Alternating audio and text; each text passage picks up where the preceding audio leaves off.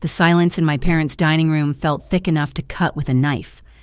I stared at my mother across the table, her words still echoing in my ears like a slap that kept stinging. She just looked me dead in the eye and said I didn't matter.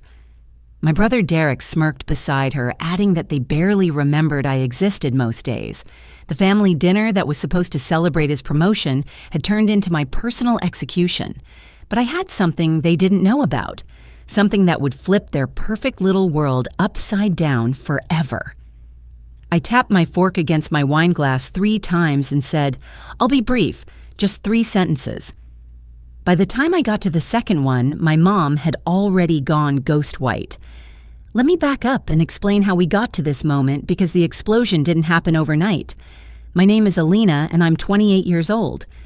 I work as a senior accountant at Patterson & Associates downtown, which might sound boring to most people, but I actually love the precision of numbers and the satisfaction of making everything balance perfectly. Tonight was supposed to be special. My parents, Dorothy and Harold, had invited Derek and me over for Sunday dinner to celebrate his recent promotion to regional sales manager at his company. I'd been looking forward to sharing my own good news. Just last week, I'd been promoted to senior accountant with a $15,000 raise. It was a huge step forward in my career, something I'd worked toward for 3 years. I'd even bought a bottle of champagne to bring along, thinking maybe for once we could celebrate both of our successes together as a family. But from the moment I walked through the front door of my childhood home, I could tell this evening would follow the same old pattern. Mom Dorothy barely glanced up from arranging flowers in a crystal vase when I arrived. She was wearing her favorite navy blue dress, the one she always put on when she wanted to look important for company. Her graying hair was perfectly styled, and she'd applied her makeup with the precision of someone preparing for a photo shoot rather than a family dinner. "Oh, good you're here," she said without really looking at me. "Derek's been telling us all about his promotion. Regional sales manager, can you imagine he'll be managing 12 people across 3 states? Derek was already seated in the dining room, sprawled comfortably in his chair like he owned the place. At 31, he still had that boyish charm that had gotten him out of trouble his whole life. His brown hair was perfectly styled with expensive product, and he wore a tailored suit that probably cost more than I made in 2 weeks. He was gesticulating wildly while telling Dad about his new responsibilities, his voice booming with confidence. "The territory stretches from Ohio to Tennessee," Derek was saying as I took my seat. "I'll be traveling constantly, staying in nice hotels, entertaining clients.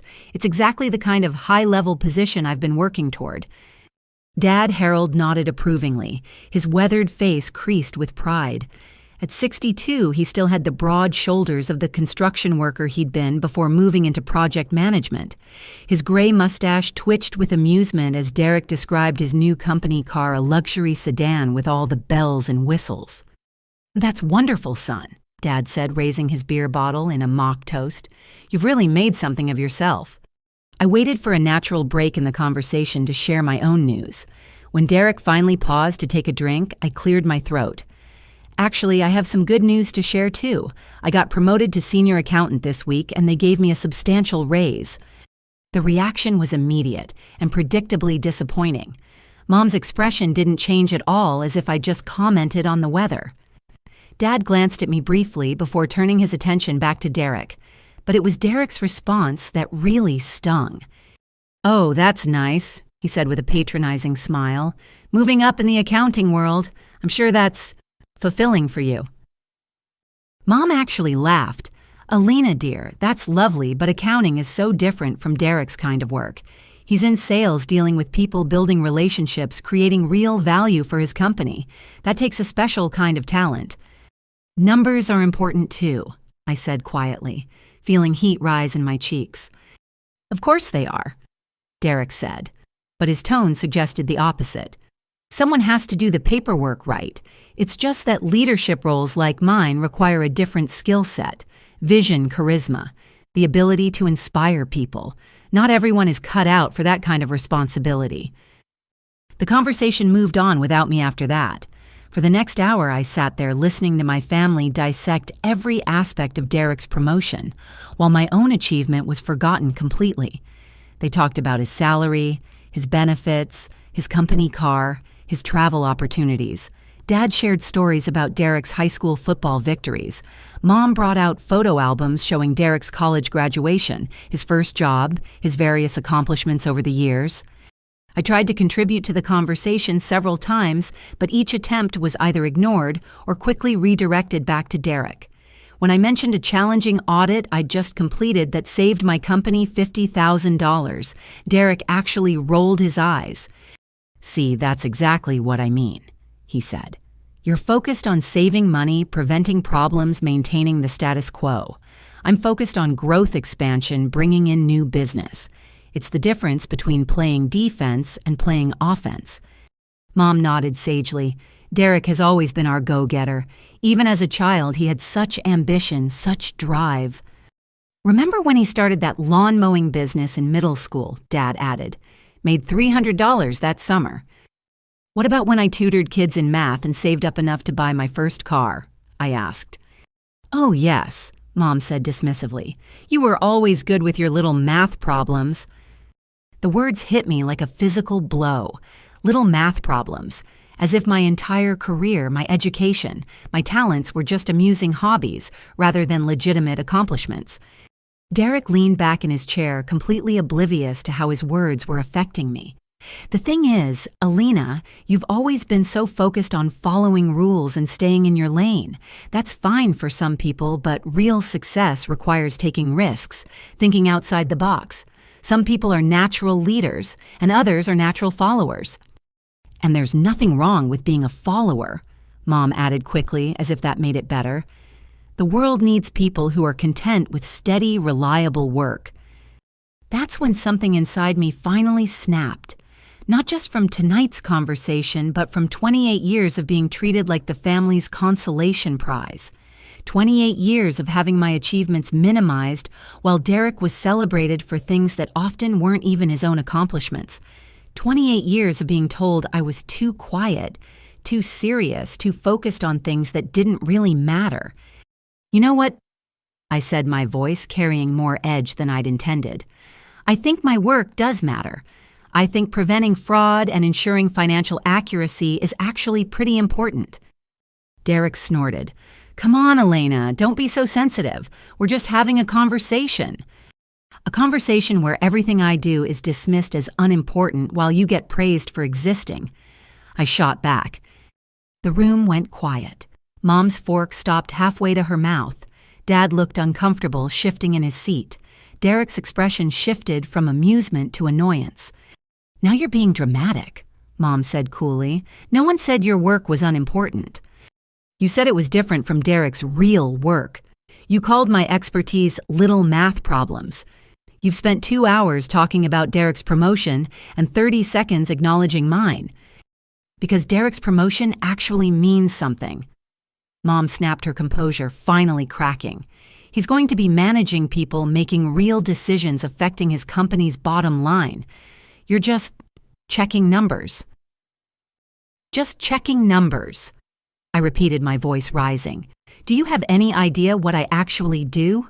Do you know I caught a $1 million embezzlement scheme last year? Do you know companies pay me to find financial crimes that could destroy them?" "That's nice, dear," Mom said, but her tone made it clear she wasn't really listening. "But Derek is going to be leading a whole region. He's going to be responsible for millions of dollars in sales. And I'm responsible for making sure people like Derek don't steal those millions," I said. The words hung in the air like smoke from a fire.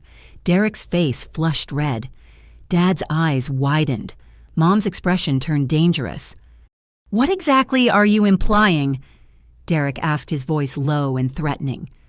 "I'm not implying anything I said. I'm just pointing out that my work has value too." But Derek wasn't backing down. "It sounds like you're suggesting I would steal from my company." "I never said that." "You absolutely did," Mom interjected, her voice sharp as broken glass. "You just accused your own brother of being a criminal." "I did not." "You're being completely inappropriate," Derek said, standing up from his chair.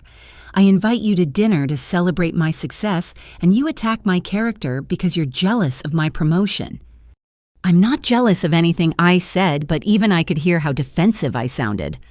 Mom leaned forward, her eyes cold and hard. Elena, you need to listen to me very carefully. Your brother has worked incredibly hard for this promotion. He's earned it through talent, dedication, and natural leadership abilities. The fact that you can't be happy for him shows exactly what kind of person you are. What kind of person am I asked, though part of me already knew I didn't want to hear the answer. Mom looked me dead in the eye, her voice as cutting as a scalpel. You're a nobody who needs to stop acting like you're important. Derek is going places in life. Derek matters. You're just going through the motions, doing busy work, pretending it means something. The words hit me like a truck. For a moment, I couldn't breathe. I couldn't think. I just sat there staring at my mother's face, trying to process what she'd just said to me. Derek, emboldened by Mom's attack, decided to pile on. She's right, you know. We barely even remember you're around most days. You're just there, taking up space, going through your little routines. But you don't actually contribute anything meaningful to this family. That's when I felt something click into place in my mind. Something cold and determined. Because what Derek and Mom didn't know is that last month, while cleaning out Grandma Margaret's attic after her funeral, I'd found something. Something that would change everything they thought they knew about our family. Something that would flip their perfect little hierarchy upside down and show them exactly what kind of person they were really dealing with. I reached for my fork and tapped it against my wine glass 3 times. The sharp, clear sound cut through the tension in the room like a bell tolling. You know what? I said, my voice suddenly calm and steady. I think you're right. It's time for some honesty in this family. I'll be brief. Just 3 sentences. The first sentence came out of my mouth like a blade cutting through silk. Derek, when I was cleaning out Grandma Margaret's attic last month, I found an envelope with your name on it. Derek's smirk faltered slightly, but he tried to maintain his composure. So Grandma probably left me a nice card or something. She always liked me best. Inside that envelope, I continued watching his face carefully, were adoption papers showing that you were found abandoned at a Texaco gas station in Cleveland when you were 3 years old, malnourished, and wearing clothes that hadn't been washed in weeks.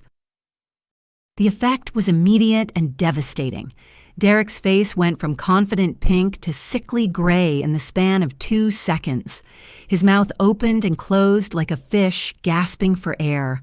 Mom's fork clattered against her plate, and Dad made a choking sound that might have been surprise or might have been something else entirely.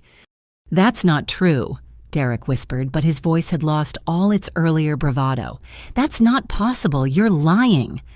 I reached into my purse and pulled out the photocopied documents I'd made before returning the originals to their hiding place. The paperwork is dated September 15, 1993.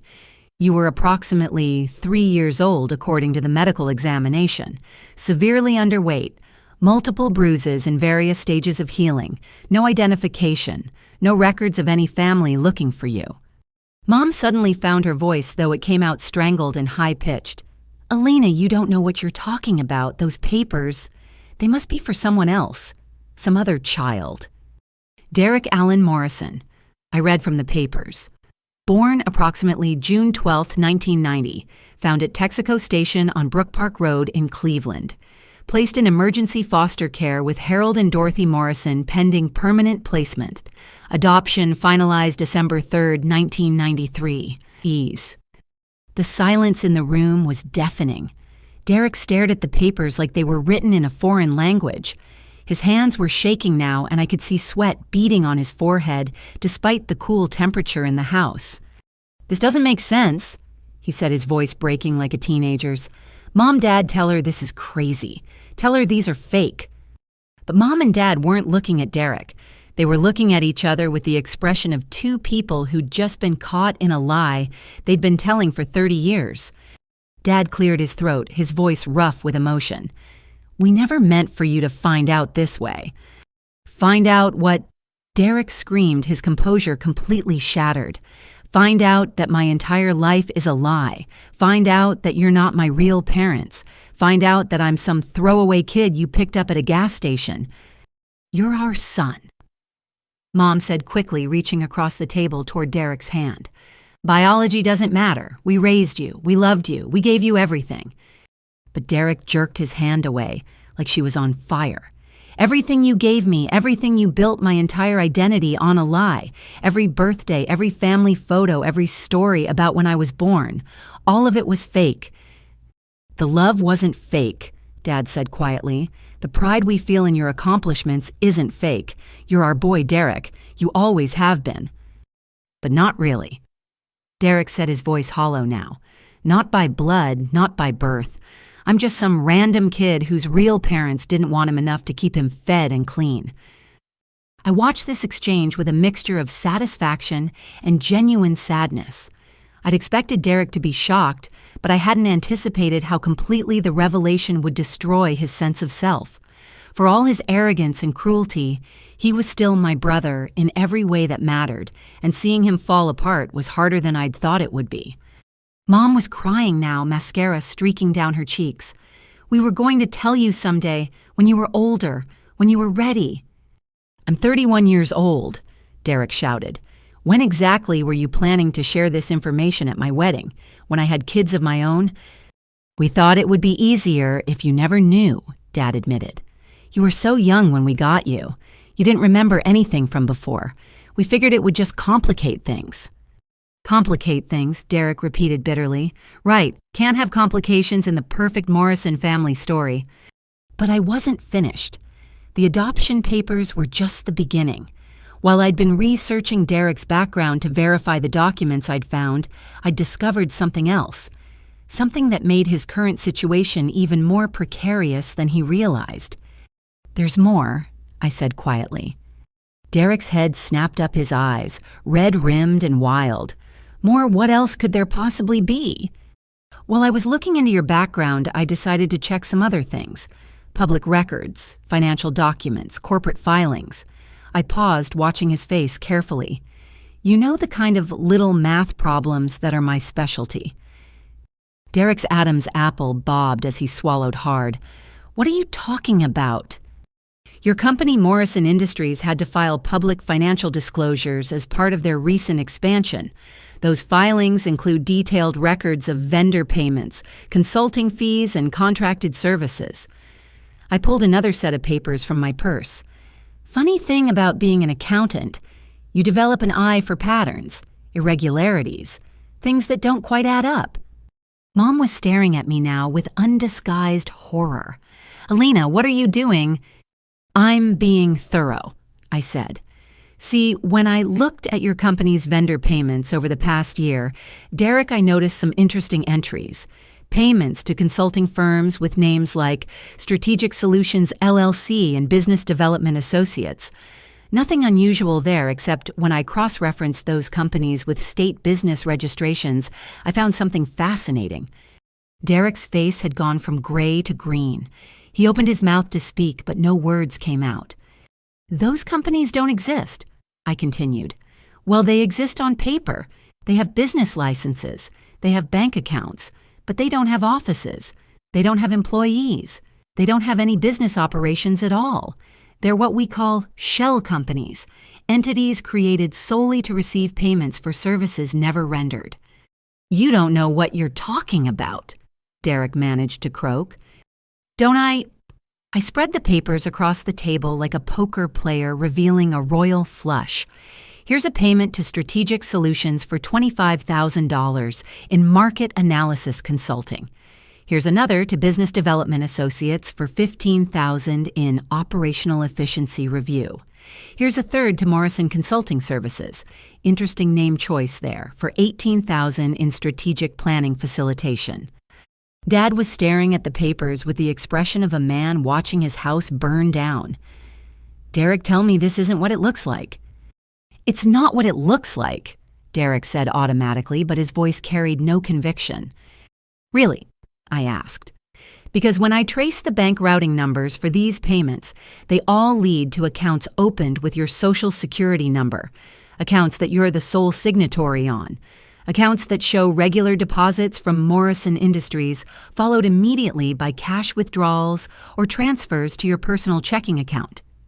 The room was spinning now, at least from Derek's perspective. He gripped the edge of the table to steady himself, his knuckles white with strain. Over the past year, I continued relentlessly. You've stolen approximately $57,000 from your employer through fraudulent vendor payments. That's wire fraud, Derek. That's a federal crime.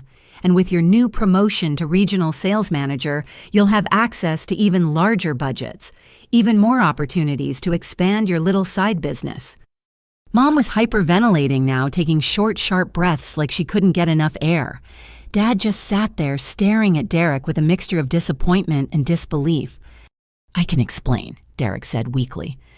"Can you," I asked, "can you explain why you created fake companies to steal from the employer that just promoted you?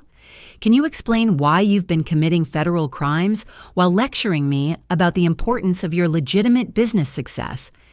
Derek's mouth opened and closed several times, but no explanation came out. Because there wasn't one. There was no justification for what he'd done, no excuse that could transform theft into anything resembling legitimate business practice. The really ironic thing, I said, my voice soft but cutting, is that you spent all evening telling me how unimportant my work is, how accounting is just checking numbers and paperwork. But if you'd had a decent accountant review your fake vendor scheme, they would have told you that you were creating a paper trail that any competent investigator could follow. They would have told you that federal wire fraud charges carry sentences of up to 20 years in prison. Derek finally found his voice, though it came out as barely more than a whisper. "Are you going to turn me in?" The question hung in the air like smoke. Mom and Dad were both staring at me now, waiting for my answer. The power dynamic in the room had shifted so completely that I almost felt dizzy. An hour ago, I was the family disappointment, the boring accountant whose accomplishments didn't matter. Now I was holding Derek's future in my hands. "I don't know," I said honestly. "That depends." "On what?" Derek asked desperately. "On whether you're finally ready to stop pretending you're better than everyone else. On whether you're willing to admit that maybe the sister you've been dismissing your whole life actually knows what she's talking about." But even as I said the words, I realized that Derek's embezzlement was just the tip of the iceberg. Because while I'd been investigating his fraudulent vendor scheme, I'd discovered other irregularities, other problems that went far deeper than stolen consulting fees. Problems that involved not just Derek, but our parents as well. Derek was still reeling from the embezzlement revelation when I decided to drop the next bomb. His face looked like he'd been hit by a truck, but I wasn't finished. Not even close. "Actually, Derek," I said, my voice steady despite the chaos erupting around me, "your theft from the company isn't even the worst thing I discovered." Mom's head snapped up from where she'd been sobbing into her hands. "What do you mean? What else could there possibly be?" "Well," I continued, pulling yet another folder from my purse. While I was tracing Derek's financial activities, I stumbled across some other interesting documents, specifically records related to Grandma Margaret's estate. Dad's face went white as a sheet. "Alina, that's private family business." "Is it?" I asked. Because according to the will that Grandma Margaret filed with the county clerk's office 6 months before she died, her entire estate was supposed to be left to me, her only granddaughter, the one who visited her every Sunday for the last 3 years of her life, the one who helped her with her medications and grocery shopping and doctor's appointments while the rest of you were too busy to call. The effect of this statement was immediate and dramatic. Mom stopped crying abruptly, her tear-streaked face going rigid with something that looked like panic. Dad started coughing like he'd swallowed his tongue. Derek, who'd been slumped in defeat over the embezzlement revelation, suddenly sat up straighter. "That's not possible," Mom said quickly. "The estate is still being processed through probate. These things take time." "Do they?" I asked, spreading the documents across the table. Because according to these bank statements, the estate account has been very active over the past 18 months. Lots of transfers, lots of payments, lots of activity for an estate that's supposedly still being processed. I watched their faces as the implications sank in. Dad's eyes were darting between the papers, and Mom's face like he was watching a tennis match. Mom looked like she was calculating how fast she could run to her car. Derek just looked confused, which was understandable since he was still processing the fact that his entire identity was built on lies. "Here's a transfer for $15,000 to Derek's checking account," I said, pointing to a highlighted line on the bank statement, dated 3 months ago. "And here's another for $8,000 2 months later. And here's a payment of $12,000 directly to Derek's mortgage company." Derek's confusion was rapidly transforming into understanding, and understanding was transforming into horror. "Mom, Dad, what is she talking about?" "It's complicated," Dad said weakly. "Complicated." I laughed, but there was no humor in it. "What's complicated about stealing my inheritance to pay for Derek's lifestyle?" "We didn't steal anything," Mom protested. "We were helping Derek through a difficult time. He was struggling financially, and we thought Grandma would have wanted us to help family." "Grandma wanted to help family," I said. "That's why she left her money to me, the granddaughter who actually spent time with her, the one who listened to her stories and helped her when she was sick, the one she specifically named in her will." "But Derek needed the money," Mom said, as if that explained everything. "He was behind on his mortgage. His credit cards were maxed out. He was about to lose his house." "His house that he bought with money he stole from his employer?" I asked pointedly. Derek's mouth fell open. "How did you know about the house payments?" "Because unlike everyone else in this family, I actually pay attention to financial details. When someone starts making mortgage payments on a house that costs 3 times their legitimate salary, it raises questions." I pulled out another set of documents, these ones, showing Derek's mortgage application and income verification. "According to your loan application, Derek, you claimed an annual income of $95,000. But according to your actual tax returns, which are public record, since your company is publicly traded, your real salary is $62,000. Dad was rubbing his forehead like he had a massive headache. "This is getting out of hand." "Is it?" I asked. "Because I'm just getting started. See, when you lie about your income to get a mortgage, that's called mortgage fraud. It's another federal crime. And when you use stolen money to make payments on that fraudulently obtained mortgage, well, that's just a whole other level of criminal activity." Derek was hyperventilating now, taking short, panicked breaths. "I never meant for any of this to happen. It just got out of control." "Well, what got out of control?" I pressed. "The lying about your income, the stealing from your employer, the using our dead grandmother's money to pay for your criminal lifestyle." "All of it," Derek shouted, his composure completely shattered. "Everything. I was drowning in debt and I didn't know what else to do. The company promotion came with higher expectations, and I needed to look successful. I needed the right clothes, the right car, the right house. I needed to project an image of success." "So you decided to steal success instead of earning it," I said. "I was going to pay it all back," Derek insisted.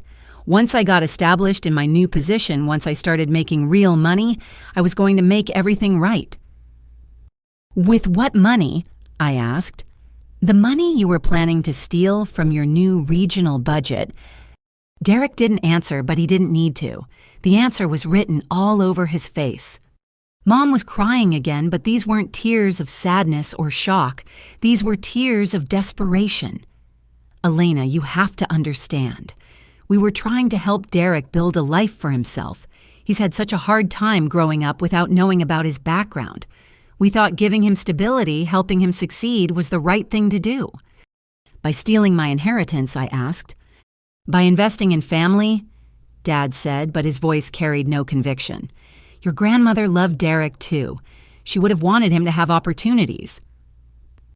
"She loved Derek enough to include him in her will," I said. "She left him $5,000 for his education. $5,000, not $50,000. The rest was specifically designated for me with clear instructions that it was to be used for my future, my house, my education, my financial security." The room fell silent again. Outside, I could hear a neighbor starting up a lawnmower, the sound of normal life continuing, while our family imploded around the dinner table.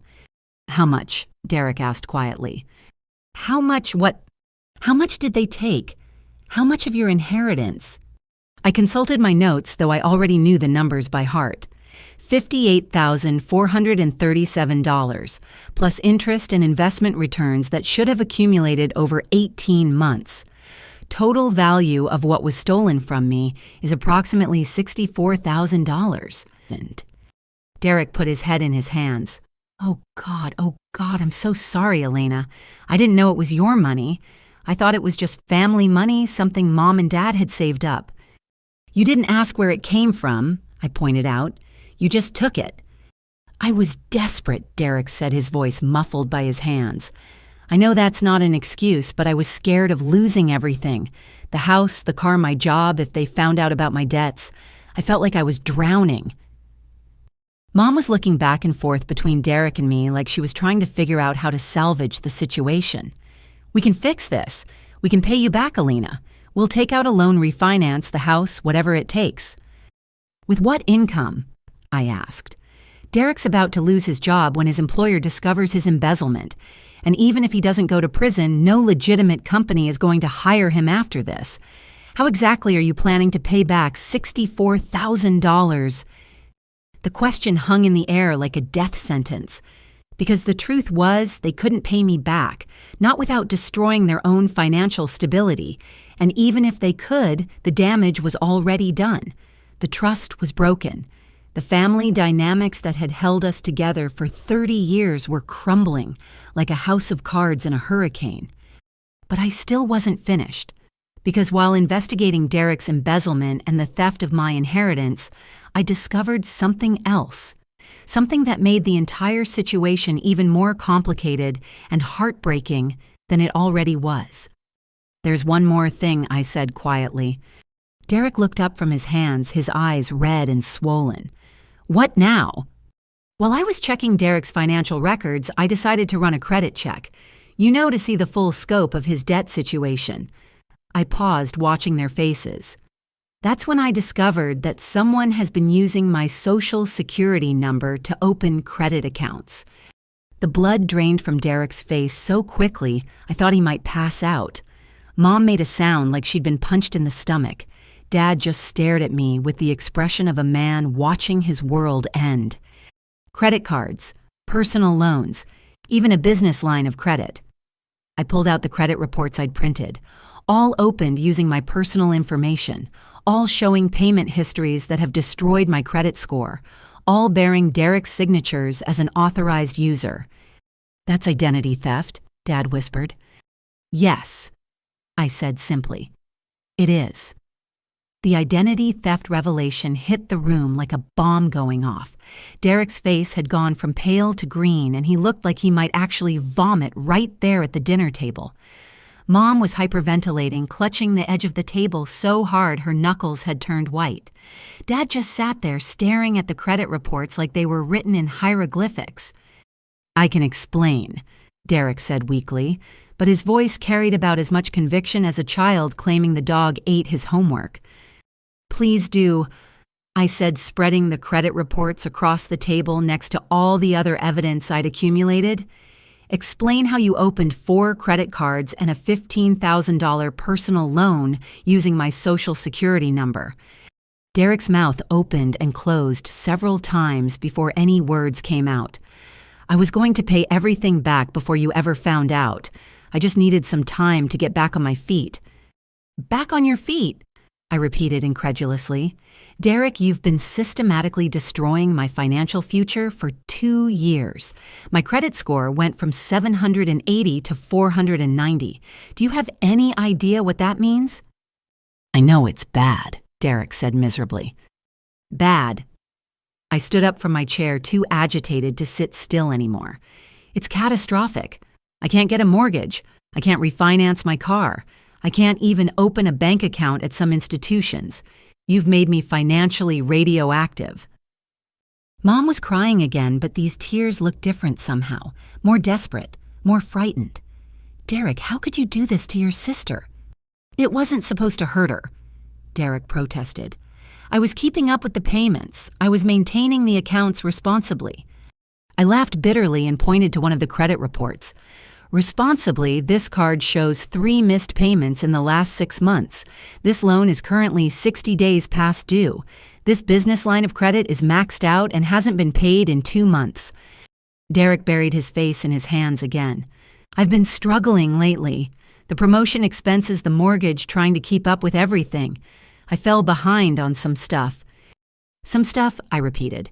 Derek, these aren't your accounts to fall behind on. These are my accounts, my credit, my financial future that you've been gambling with. Dad finally found his voice, though it came out rough and strained. Son, this is serious. This is federal crime territory. I know, Derek whispered. Do you? I asked, because identity theft carries sentences of up to 15 years in federal prison. Add that to the wire fraud from your embezzlement scheme, and you're looking at potentially decades behind bars. The room went quiet except for the sound of Derek's ragged breathing and Mom's occasional sniffles. Outside, the neighbor had finished mowing and was now using a leaf blower, the mechanical whine creating an oddly appropriate soundtrack to our family's destruction. I walked over to the window and looked out at the perfectly manicured suburban street where I'd grown up. Everything looked so normal out there. Kids riding bicycles, people walking dogs, regular families living regular lives without federal crimes and stolen inheritances, and identity theft hanging over their dinner conversations. How did you get my personal information? I asked without turning around. The silence stretched long enough that I turned back to face the table. Derek was staring at his hands, but Mom was looking guilty about something. Derek, I said more firmly, how did you get my social security number, my date of birth, my address history, the kind of detailed personal information you'd need to convince credit companies to open accounts in my name? More silence. But Mom was shifting uncomfortably in her chair now, and her eyes were darting between Derek and Dad, like she was trying to send some kind of signal. Mom, I said, pieces of the puzzle clicking into place. Did you help him? I didn't know what he was going to do with it, Mom said quickly. He said he needed some information for a family insurance policy, something about making sure all the beneficiaries were properly documented. I stared at her in disbelief. You gave Derek my personal information for a fake insurance policy. It wasn't fake when he asked for it, Mom protested. He said his company was offering a family life insurance benefit, and he needed to list his immediate relatives as potential beneficiaries. And you believed that. Why wouldn't I believe it? Mom's voice was getting defensive now. He's my son. I trust him. Your son, who you just found out, has been embezzling money from his employer, I pointed out. We didn't know about that when he asked for the information, Dad said quietly. When exactly did he ask for it? I demanded. Mom and Dad exchanged another one of those guilty looks. About 2 years ago, Mom admitted. 2 years ago, right around the time the first fraudulent credit account was opened in my name. The timing was too perfect to be a coincidence. So let me make sure I understand this correctly, I said, my voice getting louder despite my efforts to stay calm. Derek asked you for my personal information 2 years ago under false pretenses. You gave it to him without checking with me. He used that information to open credit accounts in my name. And you've all been keeping this secret while I've been wondering why my credit score was mysteriously tanking. We didn't know he was using your information for credit applications, Dad said. But you knew something was wrong when Derek suddenly had money for a down payment on a house he couldn't afford. You knew something was wrong when he was driving a car that cost more than his annual salary. You knew something was wrong when he was wearing designer suits and taking expensive vacations on a sales associate's budget. We thought he was just good with money, Mom said weakly. Good with money. I turned to face Derek directly. Is that what you told them, that you were just naturally gifted at financial management? Derek wouldn't meet my eyes. I told them I'd been investing, making smart choices with my savings. What savings? I asked. According to your tax returns, you've never reported investment income. According to your bank statements, you've never had more than $3,000 in savings at any given time. Where exactly were these mysterious investment profits coming from? Derek didn't answer, but he didn't need to. We all knew where the money was coming from: stolen consulting fees from his employer. My grandmother's inheritance, that should have been mine. Credit accounts opened fraudulently in my name. Derek hadn't been successful or smart or naturally gifted at anything except lying and stealing. My phone buzzed with a text message, and I glanced down at it automatically. It was from my neighbor asking if everything was okay, because she could hear shouting from my parents' house. I realized I'd been raising my voice without meaning to, letting my anger and frustration spill out in ways that weren't helping anyone. I took a deep breath and sat back down at the table. The evidence was spread out in front of us like the aftermath of an explosion. Adoption papers, embezzlement, documentation, bank statements, showing the theft of my inheritance credit reports, showing the identity theft. 2 hours ago, we'd been celebrating Derek's promotion. Now we were staring at proof of multiple federal crimes and a family built on decades of lies. Derek, I said quietly, I need you to understand something. This isn't just about money. This isn't just about family drama or hurt feelings. You've committed serious crimes. Crimes that will destroy your life and potentially Mom and Dad's lives too if this goes public. Derek nodded miserably. I know, I understand. Do you? Because I don't think you really grasp how deep this goes. Your employer is going to discover the embezzlement eventually. Corporate audits always catch this kind of thing. When they do, they're going to file criminal charges. The FBI investigates wire fraud. Federal prosecutors don't plea bargain these cases down to community service and probation. What are you saying? Mom asked fearfully. I'm saying Derek is looking at serious prison time, federal prison, and if they discover that you helped him by providing information for the identity theft, you could be charged as an accomplice. The weight of this statement settled over the room like a heavy blanket. Mom started crying again, but quietly this time. Dad was staring at his hands, probably calculating how much money they'd need for criminal defense attorneys. Derek just looked broken, like a man who'd finally realized that his house of cards was collapsing and there was nothing he could do to stop it. But even as I watched my family fall apart around the dinner table, I knew we hadn't hit bottom yet. Because just as I'd been gathering evidence about Derek's crimes, fate had decided to intervene in ways that none of us could have anticipated. And the intervention was about to walk right up to our front door. The doorbell rang, cutting through the heavy silence like a knife. My mom looked me dead in the eye and said, "You don't matter," so I hit back with... The doorbell's sharp chime cut through our family crisis like a fire alarm. We all froze, staring at each other across the table littered with evidence of Derek's crimes. For a moment, nobody moved. Nobody breathed. We just sat there, like deer caught in headlights, as if staying perfectly still might make whoever was at the door simply disappear. The bell rang again, followed by firm, authoritative knocking. "Are you expecting someone?" I asked Dad, though. My voice came out as barely more than a whisper. Dad shook his head, his face pale as parchment. Mom had stopped crying and was now staring toward the front door with the expression of someone who'd just heard her own death sentence being read. Derek looked like he might pass out. What if it's the police? What if they already know about everything? Calm down, I said, though my own heart was racing. It could be anyone. A neighbor, a delivery person, someone selling something. But even as I said the words, something in my gut told me this wasn't a social call. The knocking was too purposeful, too official. This was the sound of people who expected to be let in. Dad stood up slowly like an old man despite being only 62. I guess I should answer it. Wait, Derek said desperately. What if we just don't answer? What if we pretend nobody's home? Derek, there are 4 cars in the driveway, I pointed out, and lights on in every room. Nobody's going to believe the house is empty. The knocking came again, more insistent this time, followed by voices. I couldn't make out the words, but the tone was definitely official, professional, the kind of voices that belonged to people who were accustomed to having doors opened for them. Dad walked toward the front hallway like he was walking toward his own execution. We could hear his footsteps on the hardwood floor, hear the deadbolt turning, hear the front door creaking open on its hinges. "Mr. Derek Morrison," a woman's voice asked clearly. My blood turned to ice water. They weren't here for Dad. They were here for Derek. He's in the dining room. Dad's voice carried back to us, defeated and hollow. Footsteps approached, and suddenly 2 people appeared in the dining room doorway.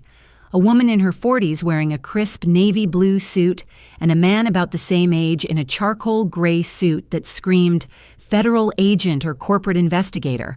Both carried leather portfolios and had the kind of serious expressions that meant business. "Mr. Derek Morrison?" the woman asked again, looking directly at Derek. Derek nodded weakly, apparently unable to find his voice.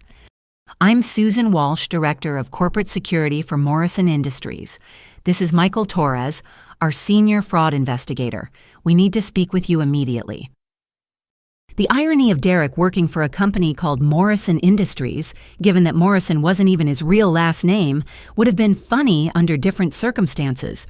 But there was nothing funny about the situation unfolding in our dining room. Derek's mouth opened and closed several times before he managed to croak out, "What's this about?"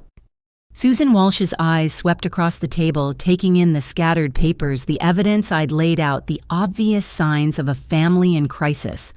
Her expression didn't change, but I saw something flicker in her eyes.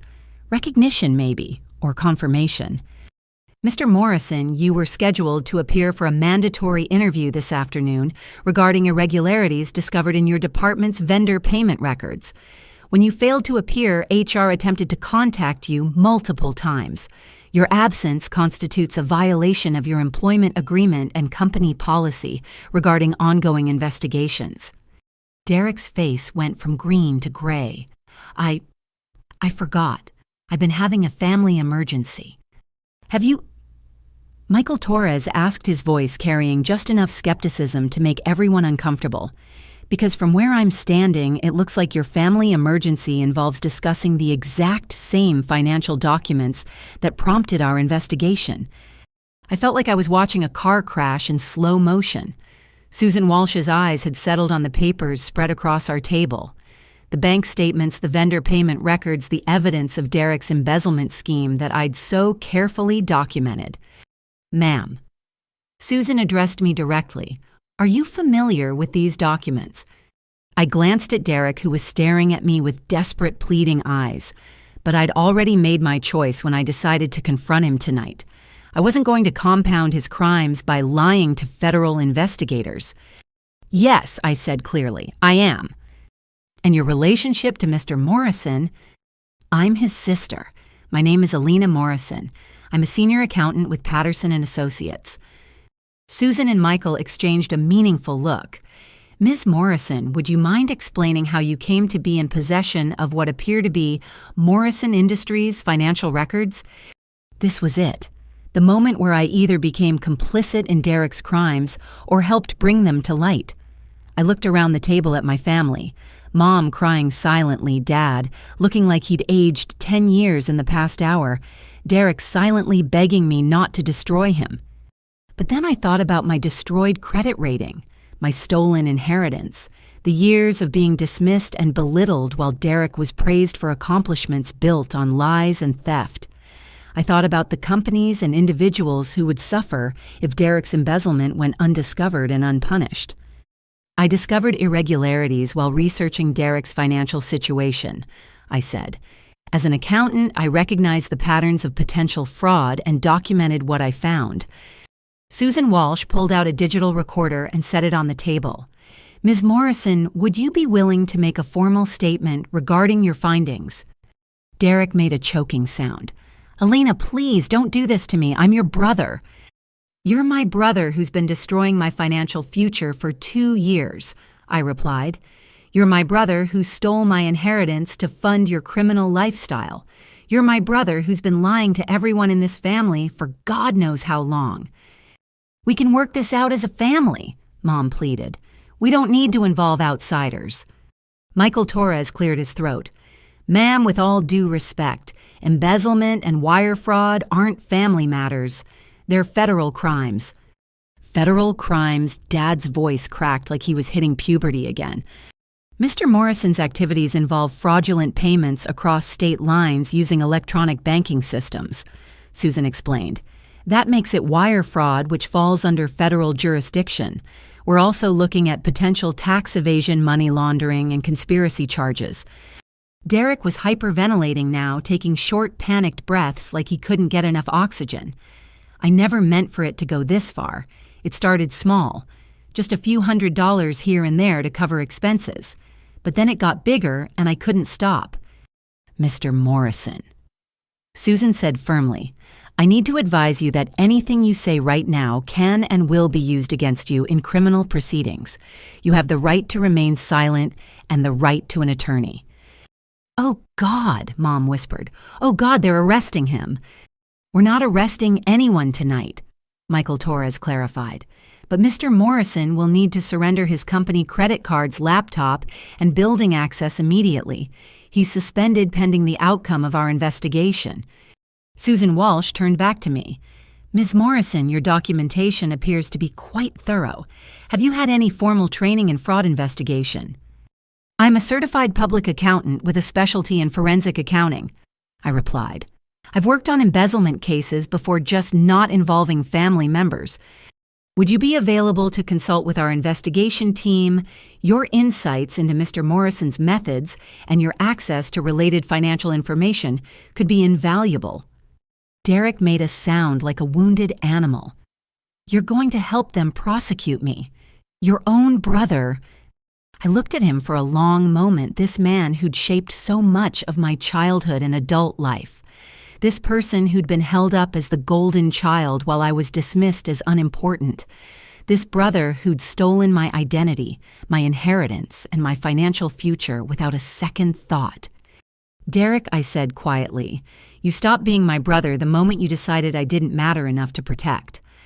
Susan Walsh was watching this exchange with professional interest. Ms. Morrison, our investigation has uncovered evidence suggesting Mr. Morrison's fraudulent activities may extend beyond simple vendor payment schemes. We've found irregularities dating back several years and potentially involving multiple employers. Multiple employers? Dad asked weakly. Yes. We're coordinating with federal investigators to examine Mr. Morrison's employment history. There appear to be similar patterns of financial irregularities at his previous two positions. The room fell silent as this information sank in. Derek hadn't just been stealing from Morrison Industries. He'd been running these schemes for years, moving from company to company, leaving a trail of financial destruction in his wake. How much money are we talking about? I asked. Michael Torres consulted his notes. At Morrison Industries alone, we've identified approximately $237,000 in fraudulent payments over the past 4 years. $237,000. I'd only found evidence of $57,000, which meant Derek's criminal enterprise was more than 4 times larger than I'd discovered. Mom was crying again, but these weren't tears of sadness or shock anymore. These were tears of absolute despair. Derek, how could you do this? How could you put our family through this? I was trying to make something of myself, Derek said brokenly. I was trying to be successful, to make you proud, to prove that I was worth saving when you found me at that gas station. You were already worth saving, Dad said, his voice thick with emotion. You didn't need to prove anything to us. Yes, I did, Derek shot back. I've never been good enough. I've never been smart enough. I've never been anything except the abandoned kid you took pity on. That's not true, Mom protested. Isn't it? Derek looked around the table. Alina was always the smart one, the responsible one, the one with actual talents and achievements. I was just the charming one, the salesman, the one who could talk his way through anything. But that's not enough to build a real life on.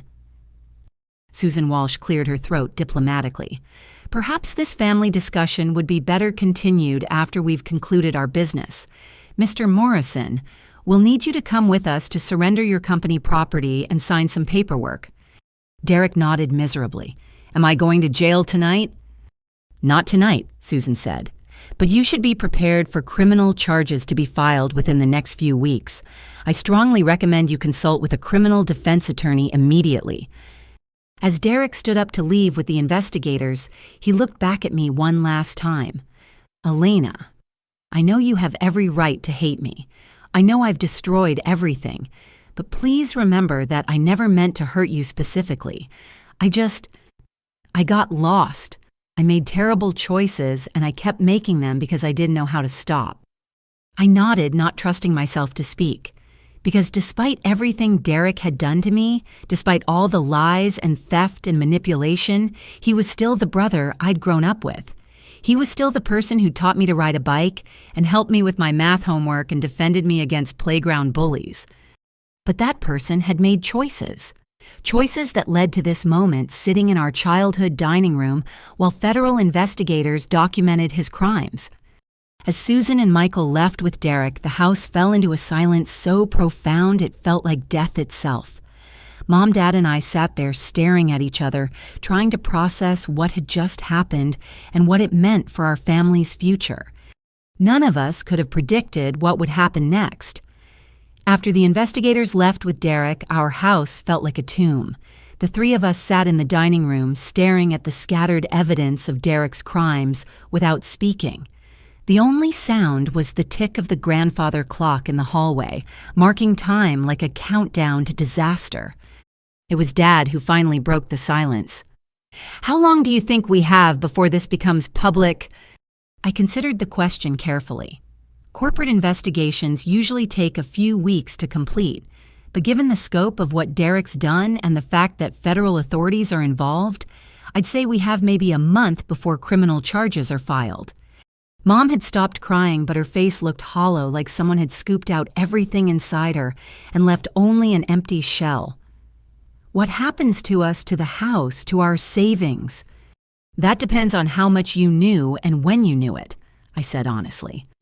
"If prosecutors believe you were complicit in Derek's crimes, you could face charges as accessories. If they believe you were just victims of Derek's manipulation, you'll probably be okay legally. But not financially," Dad said grimly. "No, probably not financially." I gathered up the papers scattered across the table, organizing them back into neat piles.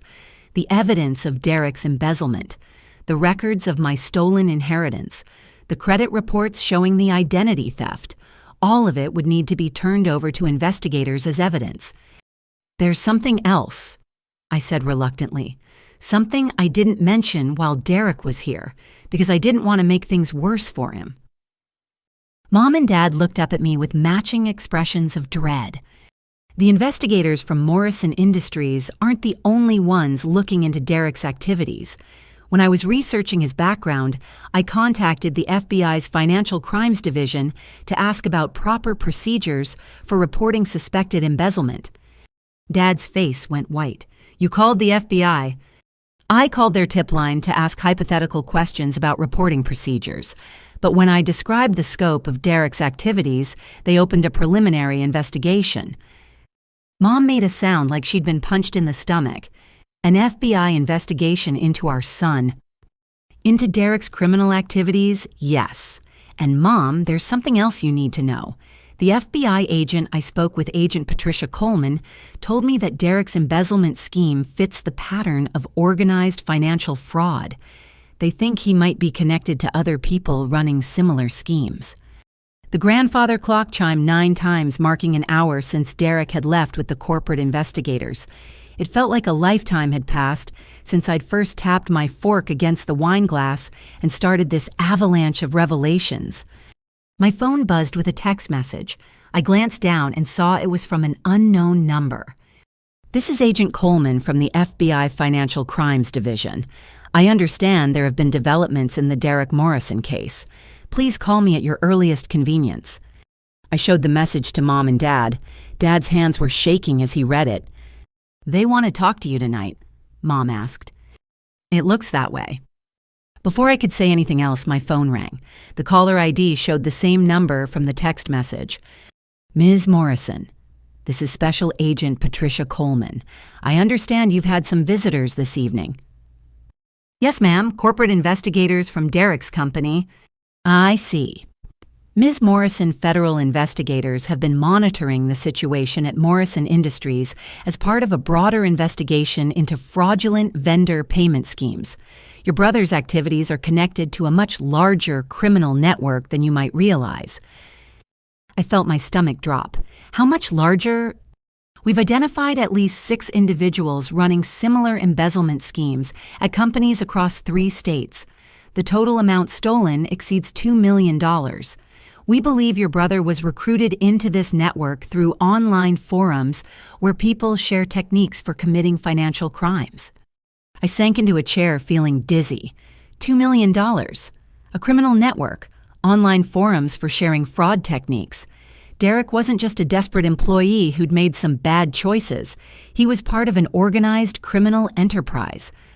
Agent Coleman, what does this mean for Derek and for my family? That depends on several factors: how cooperative he is with our investigation, whether he's willing to provide information about the other network members, whether he's considered a leader or a follower in the organization. And if he doesn't cooperate, federal sentencing guidelines for his level of involvement could result in 15 to 20 years in prison. Mom was listening to my side of the conversation, and I watched her face crumble as she realized the implications. 15 to 20 years. Derek was 31 years old. If he went to prison for that long, he'd be middle-aged when he got out. His entire life would be destroyed. Agent Coleman, I've been documenting Derek's financial activities. I have evidence of embezzlement, identity theft, and the theft of inheritance money. Would that information be useful to your investigation? Extremely useful. Ms. Morrison, would you be available to meet with our investigation team tomorrow morning? We'd like to review your findings and discuss the possibility of you consulting on the broader case. Consulting, I repeated. Your forensic accounting skills and your access to Derek's personal information make you uniquely valuable to this investigation.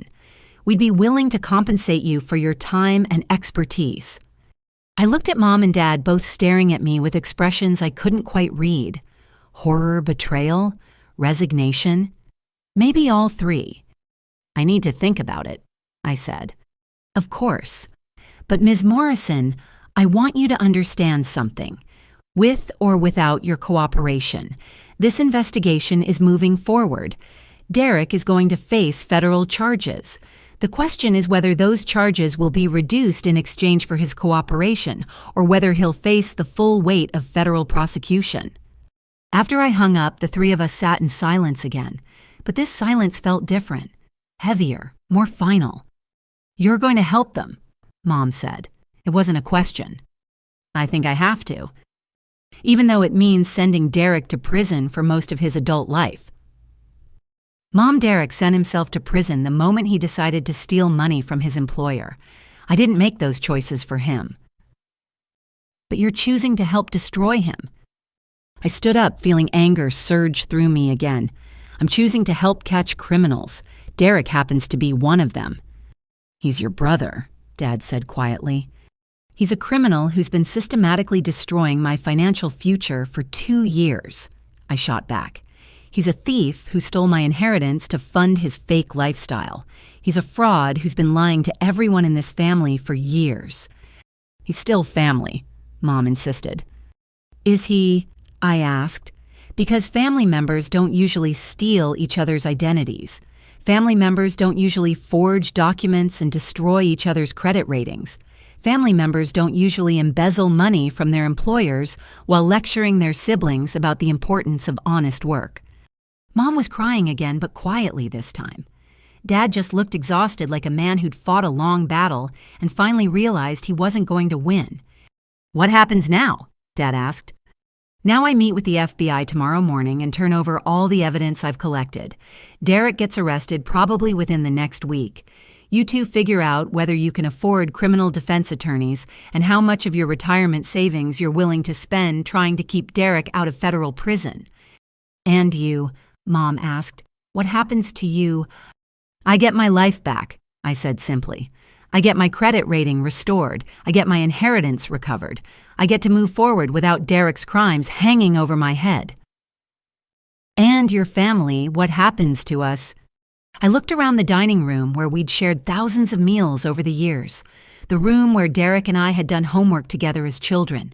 The room where we'd celebrated birthdays and holidays and graduations. The room where just hours earlier I'd been dismissed as unimportant and told I didn't matter. I don't know, I said honestly. I guess that depends on whether you can forgive Derek for what he's done, and whether you can forgive yourselves for enabling it. I gathered my purse and the copies of documents I'd made. I'm going home. I have an early meeting tomorrow with federal investigators. As I walked toward the front door, Mom called after me. Elena, please, don't do this. Don't destroy our family. I stopped and turned back to face her. Mom Derek destroyed our family the moment he decided I didn't matter enough to protect. I'm just cleaning up the mess he left behind. But even as I said the words, I knew the worst was yet to come. Because federal investigations have a way of uncovering things that families would prefer to keep buried. And Derek's crimes were just the tip of the iceberg. I made it halfway to my car before I heard the crash from inside the house. The sound of something heavy hitting the floor, followed by Mom's scream, sent me running back through the front door without a second thought. I found Dad collapsed on the dining room floor, his face gray and sweaty, clutching his chest with both hands. His breathing was shallow and rapid, and his eyes had rolled back so only the whites were showing. Call 911. I shouted to Mom, dropping to my knees beside Dad. But Mom was frozen in place, staring down at Dad with her mouth open in shock. I grabbed my phone and dialed emergency services while starting chest compressions, the way I'd learned during workplace safety training at Patterson and Associates. I need an ambulance at 47 Maple Street. 62-year-old male apparent heart attack, unconscious, but breathing. Is he responding to verbal commands? The dispatcher asked. Dad, can you hear me? I called loudly while continuing compressions. Dad's eyes fluttered, but he didn't respond coherently. Negative. Unresponsive, but pulse is present. Ambulance is en route. Continue CPR and stay on the line. As I worked on Dad, I could hear Mom in the background, but instead of helping or offering support, she was saying something that made my blood boil. This is your fault, Mom was saying, her voice shrill with hysteria. This is all your fault, Elena. He wouldn't be having a heart attack if you hadn't torn this family apart tonight. I couldn't believe what I was hearing. Dad was lying unconscious on the floor, possibly dying, and Mom was more concerned with blaming me than helping him. Yeah, Mom, instead of pointing fingers, maybe you could get me some towels and clear a path for the paramedics, I said through gritted teeth while continuing compressions. Don't tell me what to do, Mom snapped. You've done enough damage for one night. I've done enough damage. I stopped compressions for a moment to stare at her.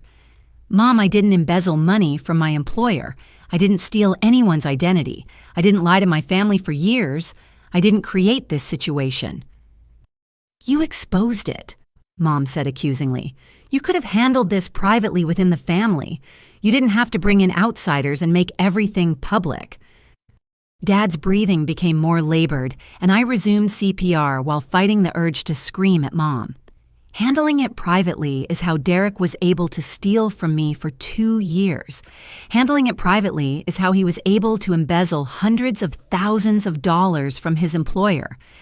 He's still your brother, Mom insisted even as paramedics pounded on the front door. I ran to let them in, then led them back to the dining room where Dad was still unconscious.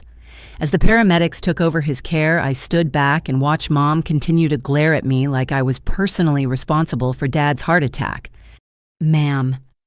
One of the paramedics addressed Mom. What was your husband doing when he collapsed? Mom hesitated, glancing at me with venomous eyes. We were having a family discussion. It became heated. Any history of heart problems? High blood pressure, Mom admitted, but it's been controlled with medication. Has he been under any unusual stress lately? Another pause, another glance in my direction. Yes, significant family stress. The paramedic looked between Mom and me, clearly sensing tension.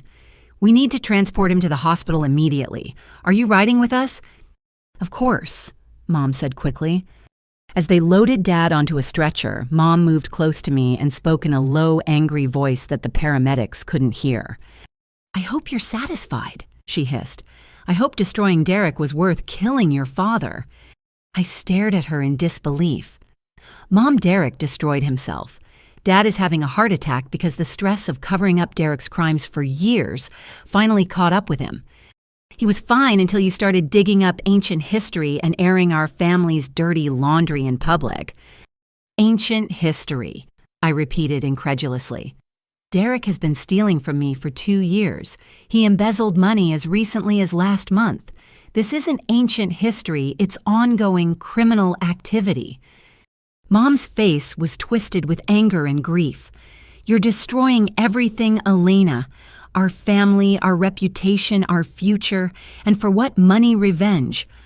What was so important that it was worth tearing apart everything we've built together?" I looked at this woman who had raised me, who had fed me and clothed me and helped me with homework for 18 years. This woman who had also spent those same years dismissing my achievements and favoring Derek at every opportunity.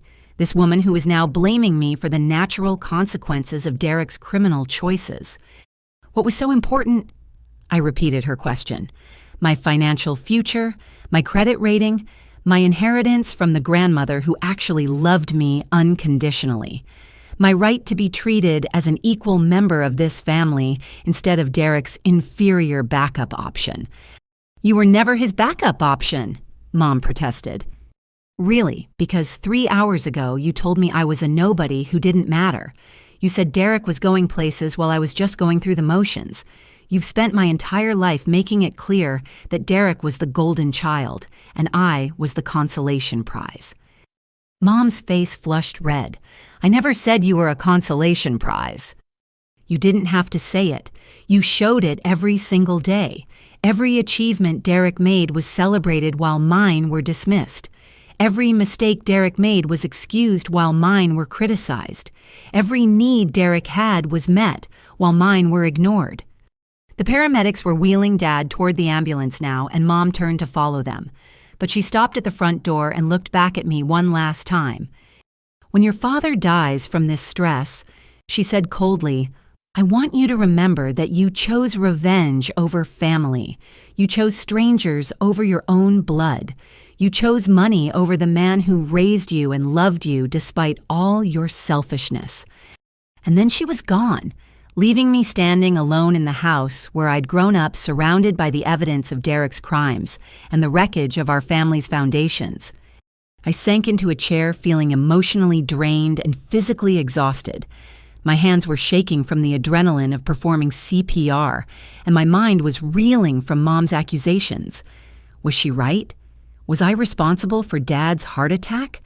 Had I pushed this family crisis too far too fast? But then I looked at the papers still scattered across the dining room table, the evidence of Derek's embezzlement, the records of my stolen inheritance, the credit reports showing how Derek had systematically destroyed my financial future while our parents helped him do it. No, I wasn't responsible for this crisis. Derek was responsible. Derek and his choices and his crimes and his lies. I was just the accountant who'd finally added up all the numbers and presented the total to a family that preferred to live in denial. My phone rang, startling me out of my thoughts. The caller ID showed Derek's number. Elena. Derek's voice was small and frightened. "I just got a call from Mom. She said Dad had a heart attack. He collapsed about an hour ago. They took him to the hospital. Is he going to be okay?" "I don't know. The paramedics said his vital signs were stable, but he was unconscious when they transported him." Derek was quiet for a long moment. Mom said it was because of tonight, because of everything that came out about my situation. Derek Dad's been under enormous stress for years. The stress of covering up your crimes, enabling your lifestyle, lying to me about my inheritance. Tonight was just the breaking point. "I never meant for anyone to get hurt," Derek said, his voice breaking. "I never meant for any of this to happen." "But it did happen," I said tiredly, "and now we all have to deal with the consequences." "Elena, I know you probably hate me right now, but I need to ask you something. The FBI agent you spoke to, Agent Coleman, she wants me to cooperate with their investigation, to provide information about the other people involved in the fraud network. And if I cooperate, she said they might reduce my charges. Instead of 20 years, I might only get 5 or 6 years in prison. I closed my eyes, feeling the weight of this conversation. Derek, I can't make that decision for you. But you know about this stuff. You understand how the legal system works. Should I cooperate? Should I turn in the other people in the network? That's between you and your attorney. I can't afford an attorney, Derek said miserably. Not a good one anyway. Mom and Dad's savings are tied up in the house and my assets are all frozen pending the investigation. Then you'll get a public defender. A public defender isn't going to fight for me the way a private attorney would. I opened my eyes and stared at the ceiling, wondering how many more impossible conversations this night was going to require. Derek, what exactly are you asking me to do? I'm asking you not to meet with the FBI tomorrow. I'm asking you to give me time to figure out a deal with prosecutors before you hand over all your evidence. You want me to obstruct a federal investigation. I want you to help your brother avoid spending the next 20 years in prison. I stood up and walked to the window, looking out at the quiet suburban street where we'd both grown up, where Derek had learned to ride his bike and I'd learned to solve math problems, where we'd played together as children before life and lies and criminal choices had driven us to this moment. Derek, I said quietly, you stopped being my brother the moment you opened credit cards in my name. You stopped being my brother when you stole my inheritance. You stopped being my brother when you sat at this dinner table and told me I didn't matter. I was wrong, Derek said desperately. I was completely wrong about everything. You do matter. You matter more than anyone in this family because you're the only one who's been honest. It's too late for that realization. It doesn't have to be. We're still family, Elena. We can still fix this. I laughed bitterly. Fix this, Derek. You've committed federal crimes. You've destroyed my credit. You've stolen from multiple employers. You've lied to everyone who's ever trusted you. There's no fixing this. There could be if I'd just what? Become complicit in your crimes, help you obstruct justice. Sacrifice my own future to protect someone who's spent years systematically destroying it.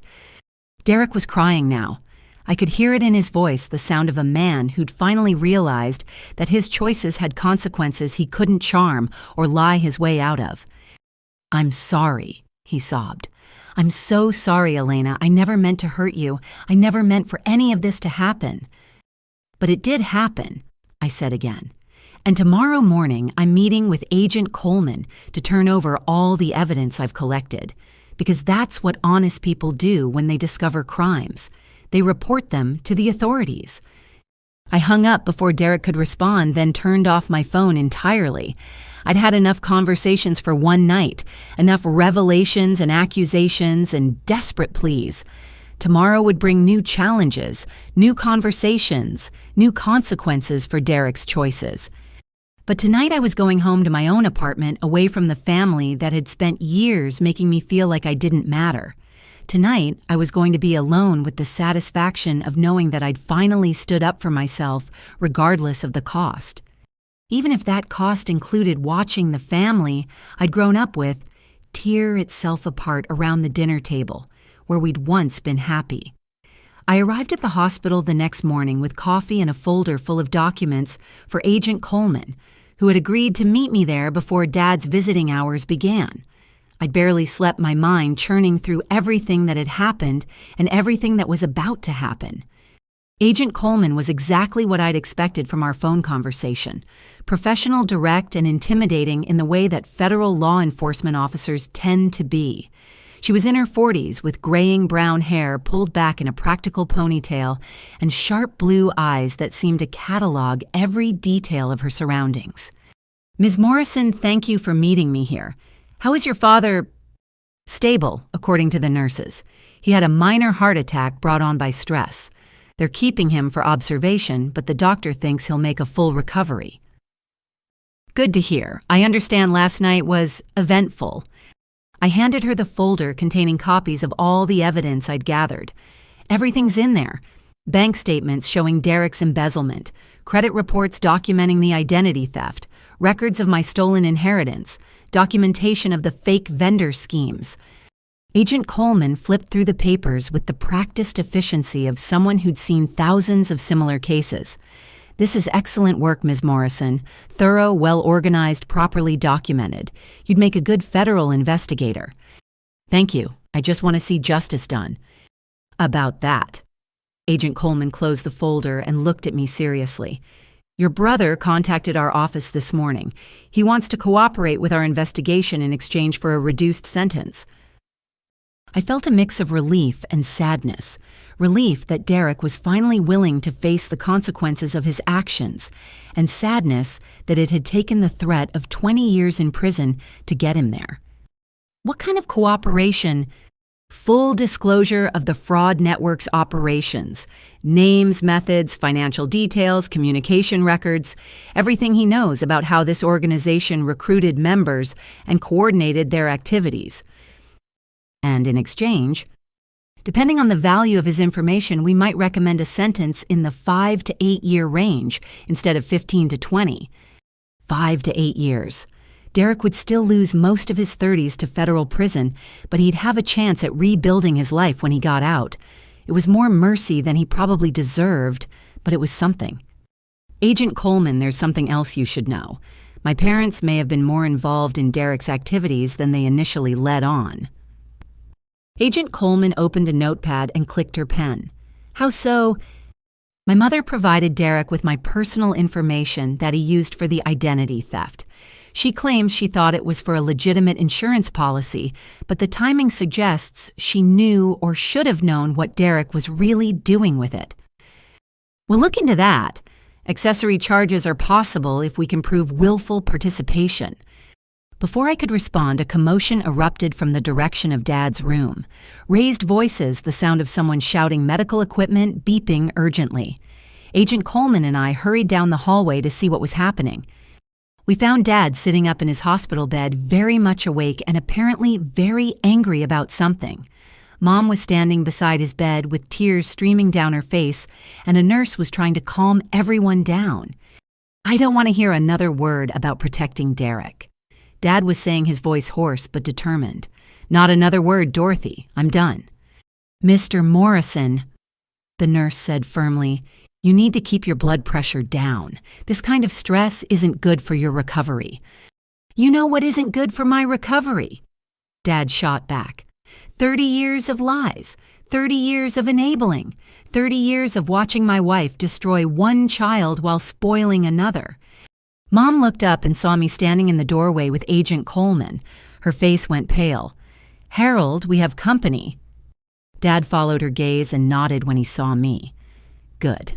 Elena, come in here. I have some things to say and I want you to hear them." I approached his bedside cautiously. Dad looked older than he had yesterday, but his eyes were clearer than I'd seen them in years. Like the heart attack had burned away some fog that had been clouding his judgment. "Dad, you should rest. We can talk about family stuff later." "No," Dad said firmly. "We're talking about it now while I've got the courage and the clarity to say what needs to be said." He turned to Mom, his expression sadder than I'd ever seen it. "Dorothy, I've been planning to divorce you for 3 years." Mom made a choking sound. "What?" "I've consulted with attorneys. I've documented your emotional abuse of Elena. I've saved recordings of conversations where you dismissed her accomplishments and praised Derek for things he didn't earn. I've been building a case against you for years." "Harold, you can't be serious." "I'm completely serious. The only reason I stayed this long was to protect Elena from having you gain more control over family finances through a divorce settlement. But she doesn't need my protection anymore. She's proven she can protect herself." Dad looked at me with an expression I'd rarely seen directed my way. Pride. Genuine, uncomplicated pride in something I'd accomplished. "I watched you handle last night's crisis," he continued. "I watched you perform CPR when I collapsed. I watched you stand up to 30 years of family dysfunction and refuse to back down. You're the strongest person in this family. Alina and I should have recognized that years ago. Dad, you don't need to. Yes, I do. I need to apologize for 30 years of being too weak to stand up to your mother's favoritism. I need to apologize for enabling Derek's irresponsibility and allowing him to steal from you. I need to apologize for being a coward who chose peace over justice. Mom was crying again, but these tears looked different. Desperate, terrified. Harold, please, don't do this. We can work through our problems. We can fix this family. Fix it. Dad's voice was incredulous. Dorothy, you helped Derek steal Elena's identity. You enabled him to embezzle money from his employer. You've spent years emotionally abusing the child who's actually been responsible and honest, while praising the one who's been lying and stealing. Derek needed our support, Mom protested. Derek needed boundaries and consequences. What he got instead was enablement and excuses. And now he's facing 20 years in federal prison because we taught him that his actions didn't have consequences. Agent Coleman cleared her throat diplomatically. Perhaps I should give you folks some privacy for this conversation. No, Dad said quickly. Agent Coleman, you should hear this, because I have information that might be relevant to your investigation. Agent Coleman pulled out her notepad again. Dorothy knew about Derek's embezzlement, Dad said. Not the details, maybe, but she knew he was getting money from somewhere that didn't match his legitimate income.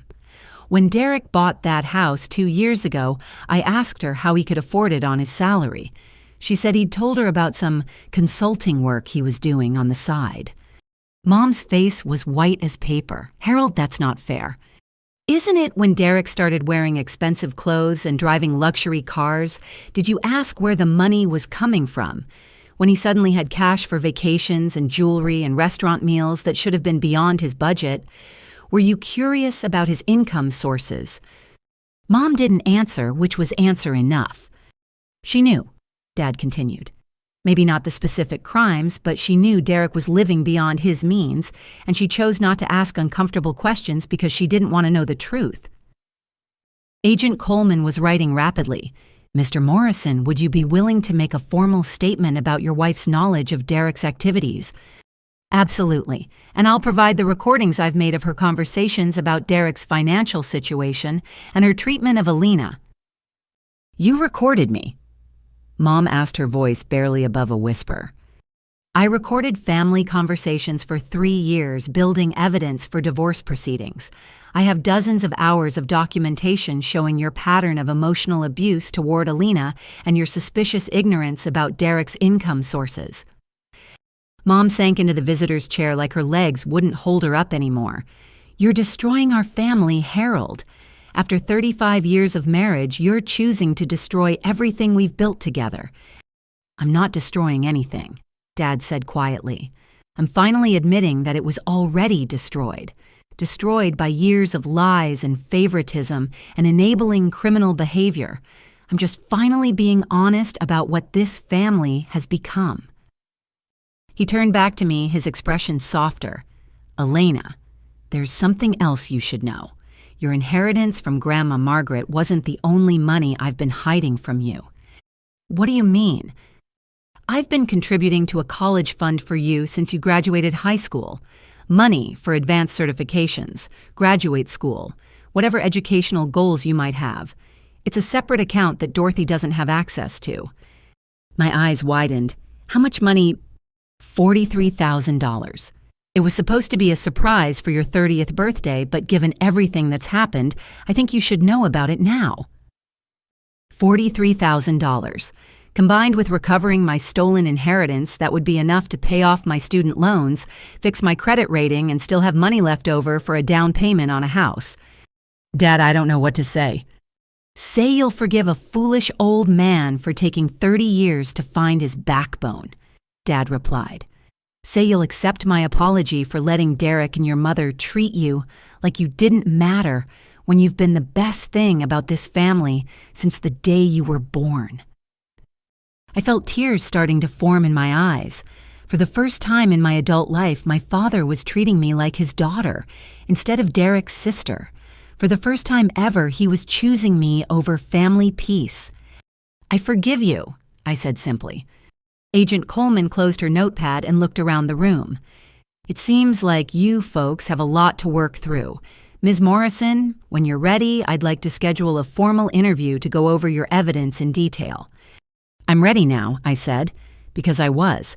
I was ready to move forward with my life, with or without the family that had spent years making me feel like I didn't deserve better.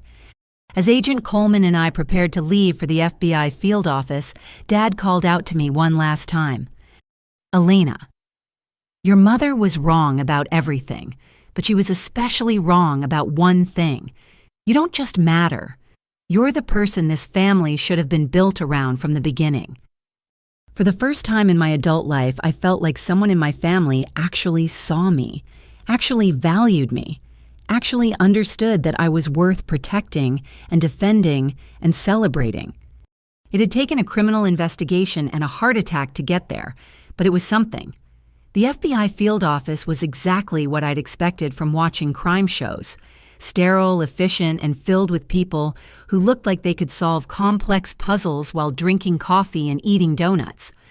Agent Coleman led me to a conference room where 2 other agents were waiting with laptops, recording equipment, and stacks of files that suggested Derek's case was already much bigger than I'd realized. "Ms. Morrison, this is Agent Frank Martinez from our White Collar Crime Division and Agent Sarah Chen from our Computer Fraud Task Force. We understand you have extensive documentation of your brother's activities." I spread my evidence across the conference table while Agent Martinez set up a digital recorder.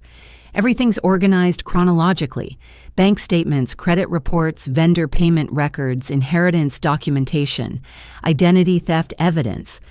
Agent Chen was already pulling up files on her laptop. "Ms. Morrison, your brother's case intersects with a federal investigation we've been conducting for 18 months. The fraud network he's connected to operates across 7 states and has stolen approximately $2.4 million from corporate employers."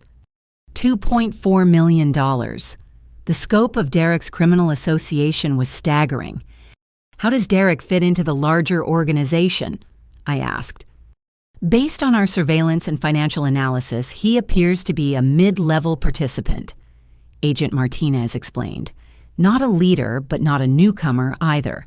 He's been active in the network for approximately 4 years, which matches the timeline of his embezzlement activities." Agent Coleman pulled out a thick file and opened it on the table. "Here's what we know about the network's operations. They recruit new members through online forums that supposedly discuss alternative income strategies and creative financial solutions.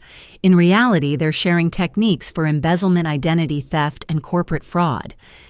They have training materials," Agent Chen added, turning her laptop screen toward me. "Step-by-step guides for creating fake vendor companies, manipulating expense reports, and avoiding detection by corporate auditing systems." I stared at the screen, which showed a detailed tutorial titled "Building Sustainable Revenue Streams Through B2B Relationship Management." It sounded like legitimate business advice until you read the fine print and realized it was instructions for stealing money from your employer. "Derek learned these techniques from this network?" I asked. "Almost certainly. The vendor payment scheme he used at Morrison Industries matches their standard template exactly. Same naming conventions for fake companies, same banking structures, same transaction patterns." Agent Martinez pulled out another file. "But here's what makes your brother's situation unique, Ms. Morrison. Most network members operate alone, stealing from their own employers. Derek expanded beyond the network's typical model." "How so?" "The identity theft involving your personal information. That's not part of their standard playbook. Derek improvised that scheme on his own, which suggests either desperation or growing confidence in his criminal abilities. Or both, I thought. Derek had probably started with the network's basic embezzlement template, then escalated to more serious crimes when his debts outpaced his stealing ability. There's something else," Agent Chen said, pulling up another screen. "We've been monitoring the network's communications for 6 months. Derek has been recruiting new members." My stomach dropped. "Recruiting He brought at least 3 new people into the organization, former co-workers from previous jobs who were struggling financially. He taught them the network's techniques and helped them set up their own embezzlement schemes. So Derek wasn't just a thief, he was actively spreading criminal techniques to other people, multiplying the damage and creating new victims.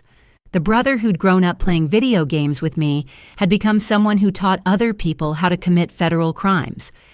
Agent Coleman opened her notepad again. Ms. Morrison, your documentation of Derek's activities is exceptionally thorough. Combined with the network intelligence we've gathered, we have enough evidence to file charges against him and approximately 20 other network members. What kind of charges? Wire fraud, money laundering, conspiracy, racketeering, and in Derek's case, identity theft. The racketeering charge is particularly significant because it allows us to prosecute the network as an ongoing criminal enterprise. Agent Martinez leaned forward. Here's where your cooperation becomes crucial, Ms. Morrison.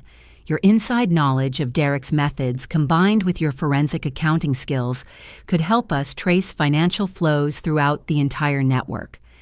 You want me to help investigate other people Derek recruited?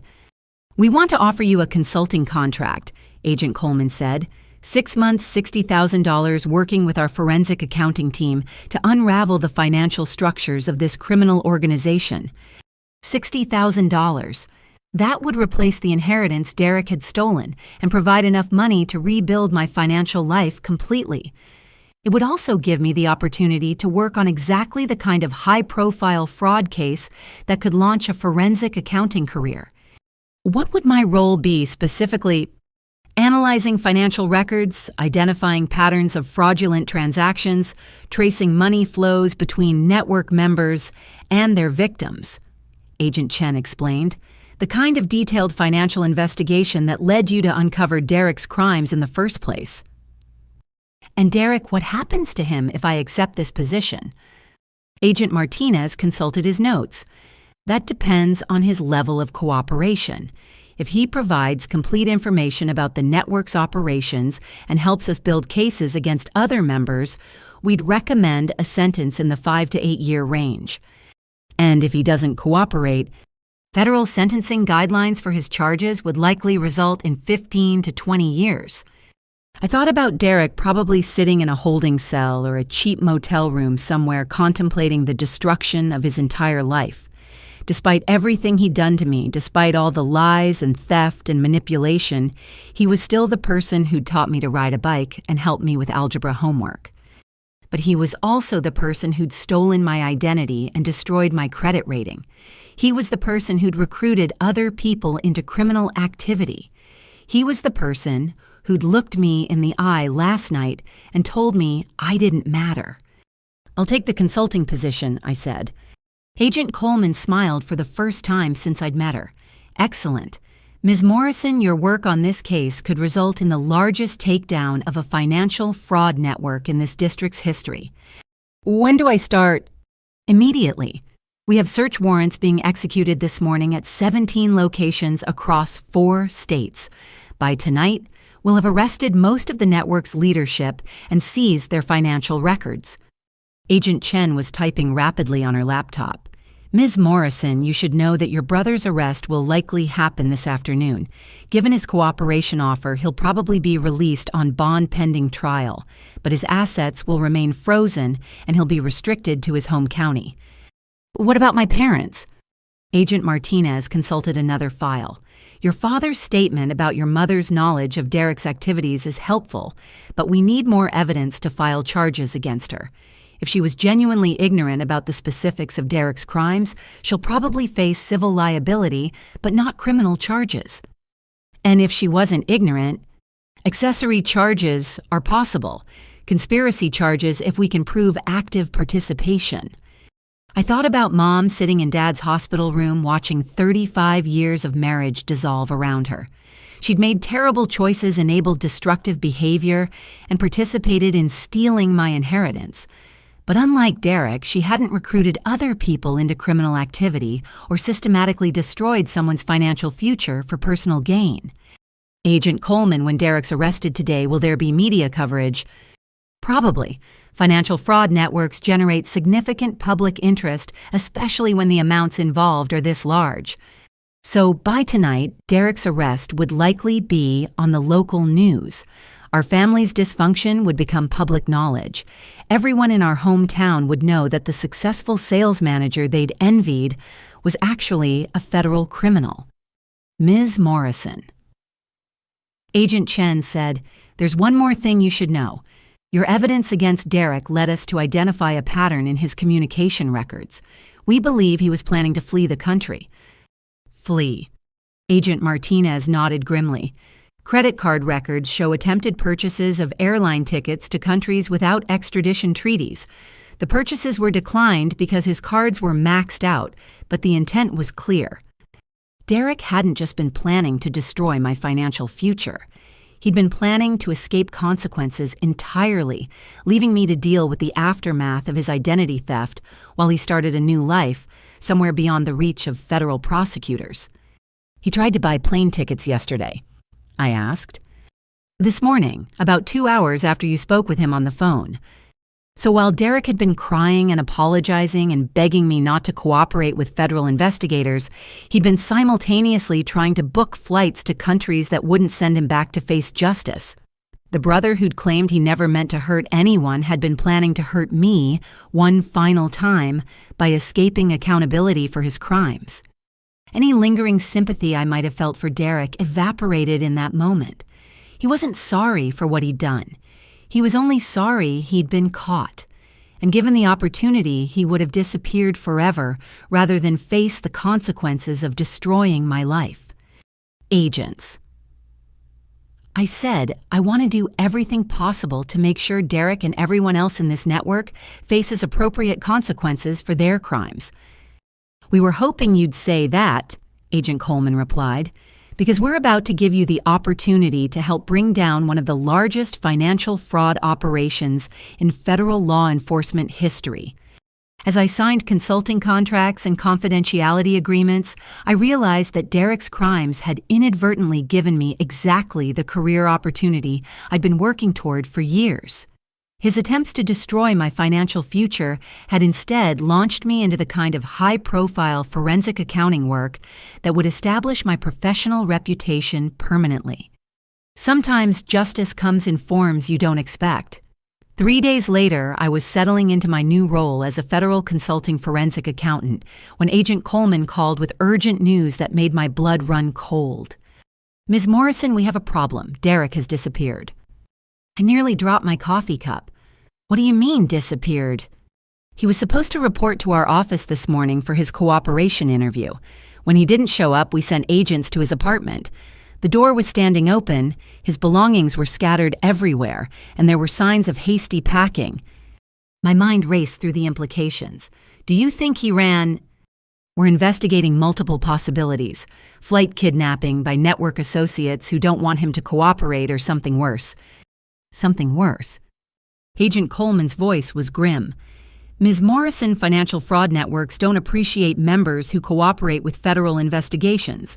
Derek's offer to provide information about other network participants may have put him in significant danger."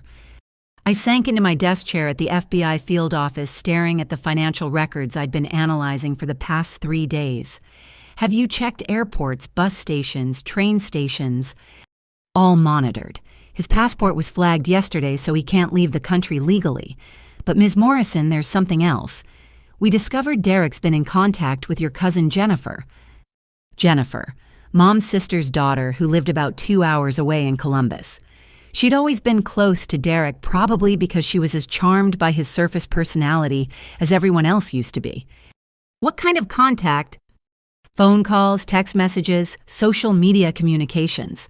The last contact was yesterday evening, about 6 hours before Derek was supposed to report to us." My phone buzzed with an incoming call. The caller ID showed Jennifer's number as if Agent Coleman's words had somehow summoned her. "Agent Coleman, Jennifer's calling me right now." "Answer it. Put it on speakerphone." I accepted the call and switched to speaker mode. "Hey, Jennifer." "Elena." Jennifer's voice sounded strained, nervous. "I'm so glad you answered. I need to ask you something important." "What's going on?" It's about Derek. He called me last night really upset about some legal trouble he's having, something about problems at work. I exchanged glances with Agent Coleman, who was listening intently and taking notes. "What kind of problems?" I asked carefully. He wasn't very specific, but he said he might need to lay low for a while until things blow over. He asked if I could help him with some travel arrangements. Travel arrangements? He wanted me to buy him a bus ticket to somewhere in Mexico. He said he couldn't use his own credit cards because his company was monitoring his finances as part of some investigation. Agent Coleman was writing rapidly and making urgent hand gestures at other agents in the room. "Jennifer, did you buy him a ticket?" "That's what I wanted to ask you about."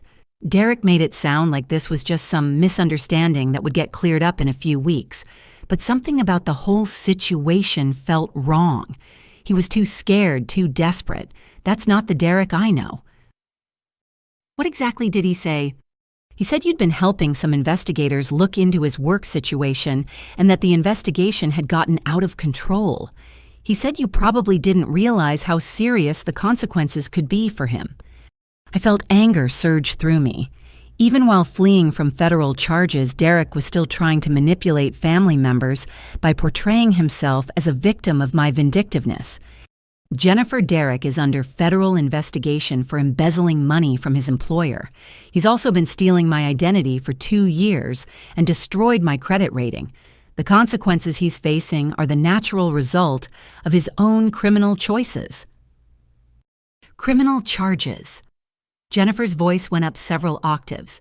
"Alina, he made it sound like this was just an accounting error or a misunderstanding about expense reports. It's wire fraud, money laundering, and racketeering.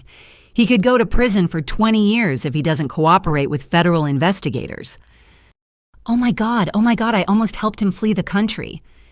Agent Coleman leaned toward the phone. "Ms. Patterson, this is Special Agent Coleman with the FBI. Did Derek Morrison ask you to purchase any travel documents or assist with any other activities that might help him avoid law enforcement?" "FBI," Jennifer's voice was barely a whisper now. "Your FBI." "Yes, ma'am.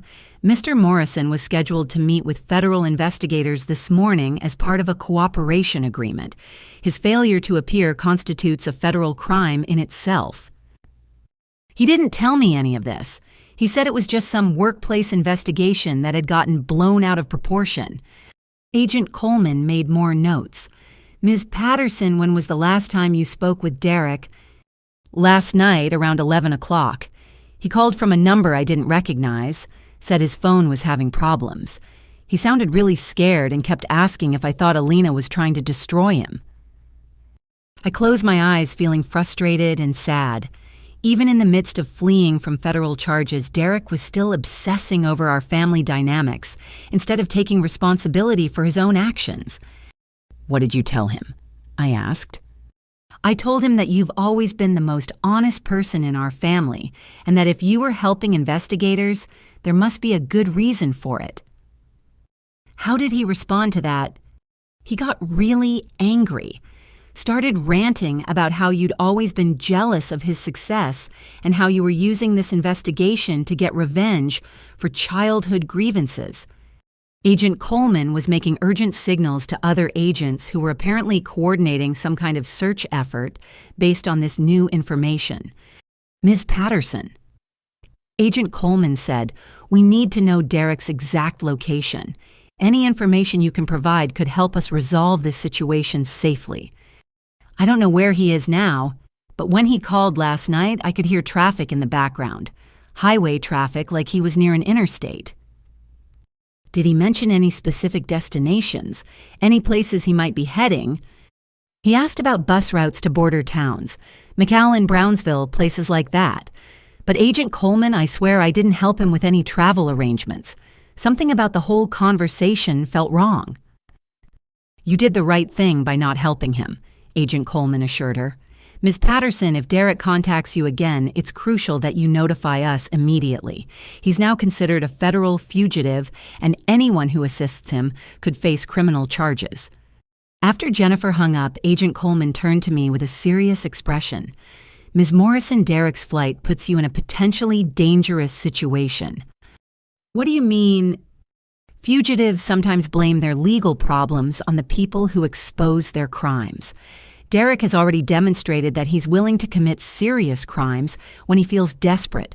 We need to consider the possibility that he might try to retaliate against you. I felt a chill run down my spine. You think Derek would actually try to hurt me? I think Derek is a federal fugitive who's lost everything and has nothing left to lose. That makes him unpredictable and potentially dangerous. Agent Martinez approached our table with a laptop computer. Agent Coleman, we've got Derek's phone records and credit card activity for the past 24 hours. Agent Coleman studied the screen. He's been moving south, staying at cheap motels and paying with cash. The last credit card transaction was at a gas station outside Cincinnati about 18 hours ago. So he's probably in Kentucky or Tennessee by now, I said. If he's still moving toward the Mexican border, yes. But Ms. Morrison, there's something else in these records that concerns us. Agent Martinez pointed to a series of phone calls on Derek's record. He's been in contact with other network members, 3 different calls to known associates over the past 2 days. What does that mean? Agent Coleman's expression was grim.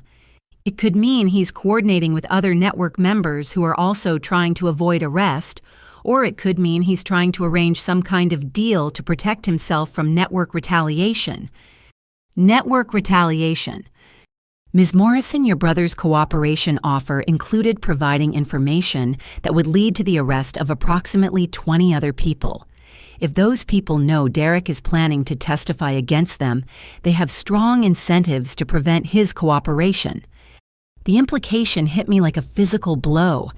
Derek wasn't just fleeing from federal agents, he might be fleeing from his own criminal associates people who would consider him a threat to their freedom and possibly their lives. So Derek could be in danger from both law enforcement and criminals. Exactly, which is why we need to find him quickly before either situation escalates into something worse. My phone rang again. This time the caller ID showed Mom's number. It's my mother, I told Agent Coleman. Answer it, she might have heard from Derek. I put the call on speakerphone. Mom. Elena, thank God. I've been trying to reach you all morning. What's wrong? Derek called me an hour ago. He's in trouble, real trouble. He said federal agents are trying to arrest him for something he didn't do. I exchanged another look with Agent Coleman, who was shaking his head in frustration. Mom Derek missed a mandatory meeting with federal investigators this morning. He's now officially a fugitive. He said you would say something like that. He said you've been lying to investigators about him because you're angry about family issues. Even as a federal fugitive, Derek was still manipulating our mother and portraying himself as the victim of my vindictiveness. Mom, Derek has been embezzling money from his employer for 4 years. He's been stealing my identity for 2 years. He's been lying to this family about everything from his income to his background. None of this is about family grudges or personal revenge. He said he can prove his innocence if he just has time to gather the right documents. Agent Coleman leaned toward the phone. Mrs. Morrison, this is Special Agent Coleman with the FBI. Your son is a federal fugitive who's facing charges for wire fraud, money laundering, and racketeering. There are no documents that will prove his innocence because we have overwhelming evidence of his guilt. FBI, Mom's voice cracked. Elena, what have you done? I've helped federal investigators uncover a multi-million-dollar fraud network, I said firmly. I've done what any responsible citizen would do when they discover evidence of federal crimes. But Derek is your brother.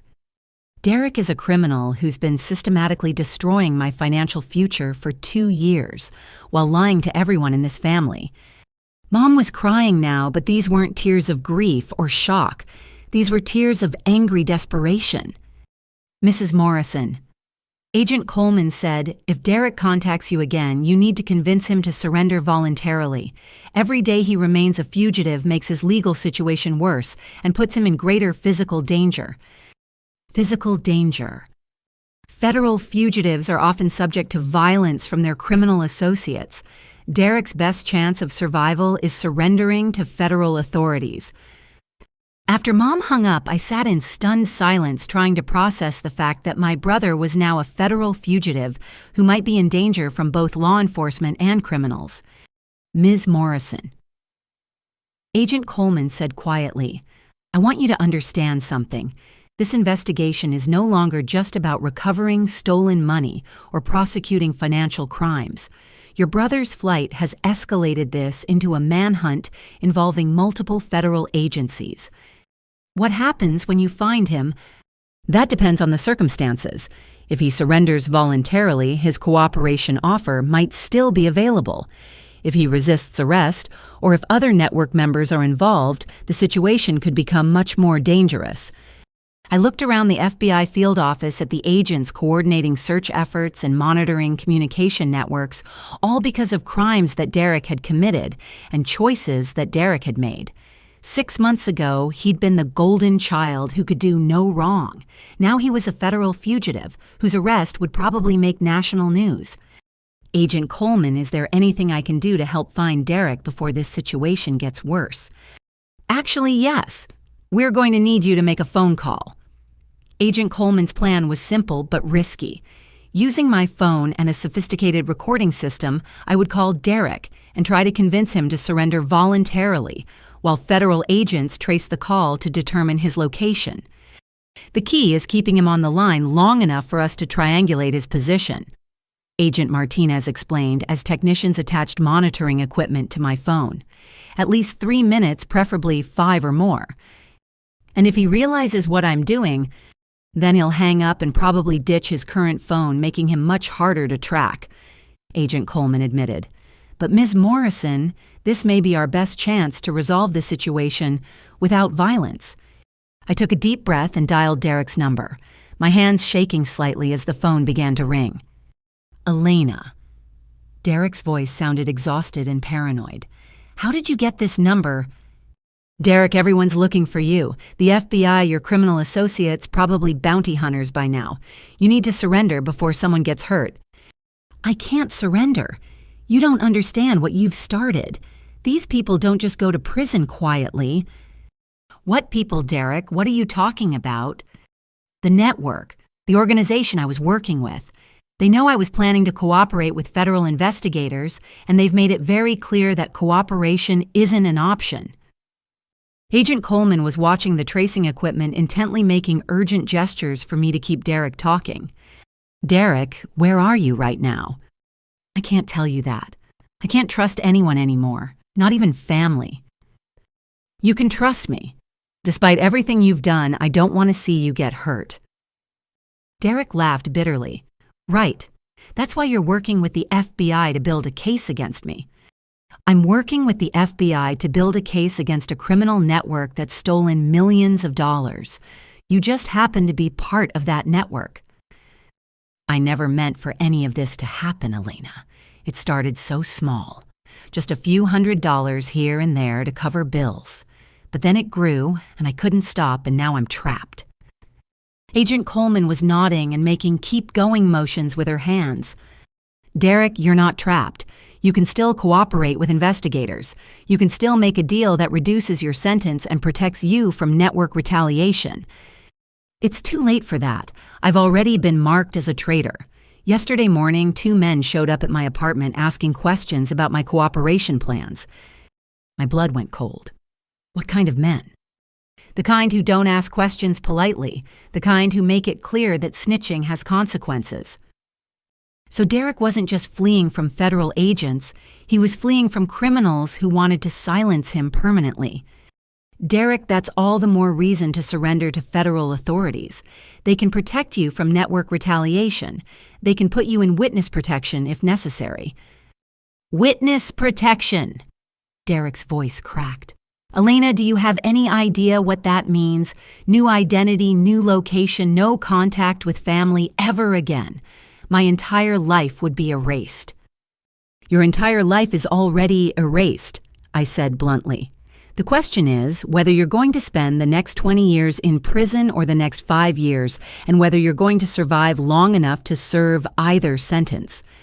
Agent Martinez was frantically working his computer, apparently getting location data from the phone trace. Derek, I need to tell you something. Mom and Dad know about everything now. The embezzlement, the identity theft, the fake inheritance story. Dad's filing for divorce from Mom, and he's been planning it for years because of how she treated me. What? Dad's been recording Mom's conversations for 3 years, documenting her emotional abuse and her suspicious ignorance about your income sources. He's going to testify about Mom's knowledge of your criminal activities. Derek was quiet for a long moment. So the whole family is falling apart. The family fell apart years ago, Derek. We just finally stopped pretending everything was fine. I ruined everything, didn't I? You made choices. Those choices had consequences. But Derek, you can still make better choices. You can still cooperate with investigators and help them shut down this network before more people get hurt. Agent Coleman held up a piece of paper with coordinates and an address. They'd found him. Derek, where exactly are you right now? Why do you want to know? Because I want federal agents to get to you before your criminal friends do. Another long pause. I'm at a truck stop outside Nashville. I've been hiding here for 2 days trying to figure out what to do next. Agent Coleman was already coordinating with other agents arranging for local law enforcement to surround the truck stop without spooking Derek. Derek, I want you to walk outside that truck stop and wait for federal agents to arrive. Keep your hands visible and don't make any sudden movements. You're having me arrested right now, aren't you? I'm having you rescued right now. There's a difference. Elena, I need you to know something. The identity theft, the credit cards, the stolen inheritance. I never meant for any of that to hurt you specifically. I was desperate, and I made terrible choices, but I never wanted to destroy your life. But you did destroy parts of my life, Derek, and you would have destroyed more of it if I hadn't discovered what you were doing. I know, and I hate myself for it. But Elena, please believe me when I say that I never meant to hurt the one person in this family who actually deserved better. I could hear sirens in the background of Derek's call getting louder as federal agents approached the truck stop. Derek, can you hear the sirens? Yeah. Those are federal agents coming to arrest you, but they're also coming to protect you from the people who want to hurt you for cooperating. Walk outside with your hands up, and this nightmare can finally start to end. What happens to me now? That depends on how much help you can provide to investigators. But Derek, whatever happens, it's better than spending the rest of your life running from both law enforcement and criminals. The line went quiet except for the sound of sirens getting closer. Elena. Yeah. I'm sorry. For everything. I know it doesn't fix anything, but I needed to say it. I know you're sorry, Derek. Now prove it by helping federal investigators shut down this network so other people don't get hurt the way I did. Okay, I'm going outside now. The call disconnected as Derek surrendered to federal agents at a truck stop 300 miles from home. Agent Coleman immediately called the arresting team to confirm that Derek was in custody and unharmed. He's safe, she told me after hanging up. No injuries, no resistance. He'll be transported back here for processing and his cooperation interview. I felt a complex mixture of relief, sadness, and closure. Derek was finally going to face consequences for his actions, but he was also finally safe from the criminal network that had threatened his life. What happens next? Derek will be formally charged and arraigned probably tomorrow. If his cooperation is valuable enough, prosecutors will recommend a reduced sentence. If not, he'll face the full weight of federal sentencing guidelines. And the network? Agent Martinez looked up from his computer with a satisfied expression. Derek's arrest was the final piece we needed. We now have sufficient evidence to arrest all 23 known network members across 7 states. The coordinated takedown starts in 2 hours. 23 arrests, 7 states, a multi-million-dollar criminal network dismantled because Derek's desperation had finally driven him to make one honest choice. Ms. Morrison. Agent Coleman said, "Your brother's information is going to help us recover stolen funds for dozens of victims and prevent future crimes by shutting down this entire organization." So some good comes out of this disaster. A lot of good. Your forensic accounting work, combined with Derek's cooperation, is going to result in one of the largest financial fraud prosecutions in this district's history. As federal agents coordinated the massive arrest operation, I sat in the FBI conference room thinking about how dramatically my life had changed in less than a week. 7 days ago, I was the family disappointment whose achievements didn't matter. Now, I was a federal consultant whose work was helping dismantle criminal organizations. 7 days ago, Derek was the golden child whose success everyone admired. Now he was a federal prisoner whose cooperation might be the only thing that saved him from spending most of his remaining life behind bars. 7 days ago, our family was built on lies and favoritism and denial. Now it was fractured, but finally honest about what we'd become. Ms. Morrison. Agent Coleman said, "There's something else you should know. Derek's arrest is going to generate significant media attention. Financial fraud networks are big news, especially when they involve this much money and this many victims. So our family's destruction would be public. Everyone in our hometown would know that the successful Morrison family they'd envied was actually built on lies and federal crimes. Are you prepared for that level of scrutiny?" Agent Coleman, I've spent 30 years being dismissed as unimportant by people who mattered to me. I think I can handle being noticed by people who don't. 2 hours later, the coordinated takedown began. FBI agents in 7 states simultaneously arrested 23 members of the financial fraud network that Derek had helped expose. The seizure of criminal assets would ultimately recover over $2 million for victims of their schemes. Derek's cooperation had finally accomplished something genuinely positive, even though it had taken federal charges and criminal threats to motivate his honesty. Sometimes justice comes in forms you don't expect, but it still comes. 2 weeks after Derek's arrest, I was sitting in the executive conference room of Morrison Industries, meeting with the company's board of directors about my role in uncovering their massive fraud problem. The irony of the situation wasn't lost on me. Derek's crimes had ultimately led to my being recognized as the expert who'd helped save the company from financial disaster. Ms. Morrison said, "CEO Barbara Chen, your forensic analysis has been invaluable to our recovery efforts. Not only did you identify the fraudulent vendor schemes, but your documentation helped our insurance company process claims and our legal team pursue civil recoveries."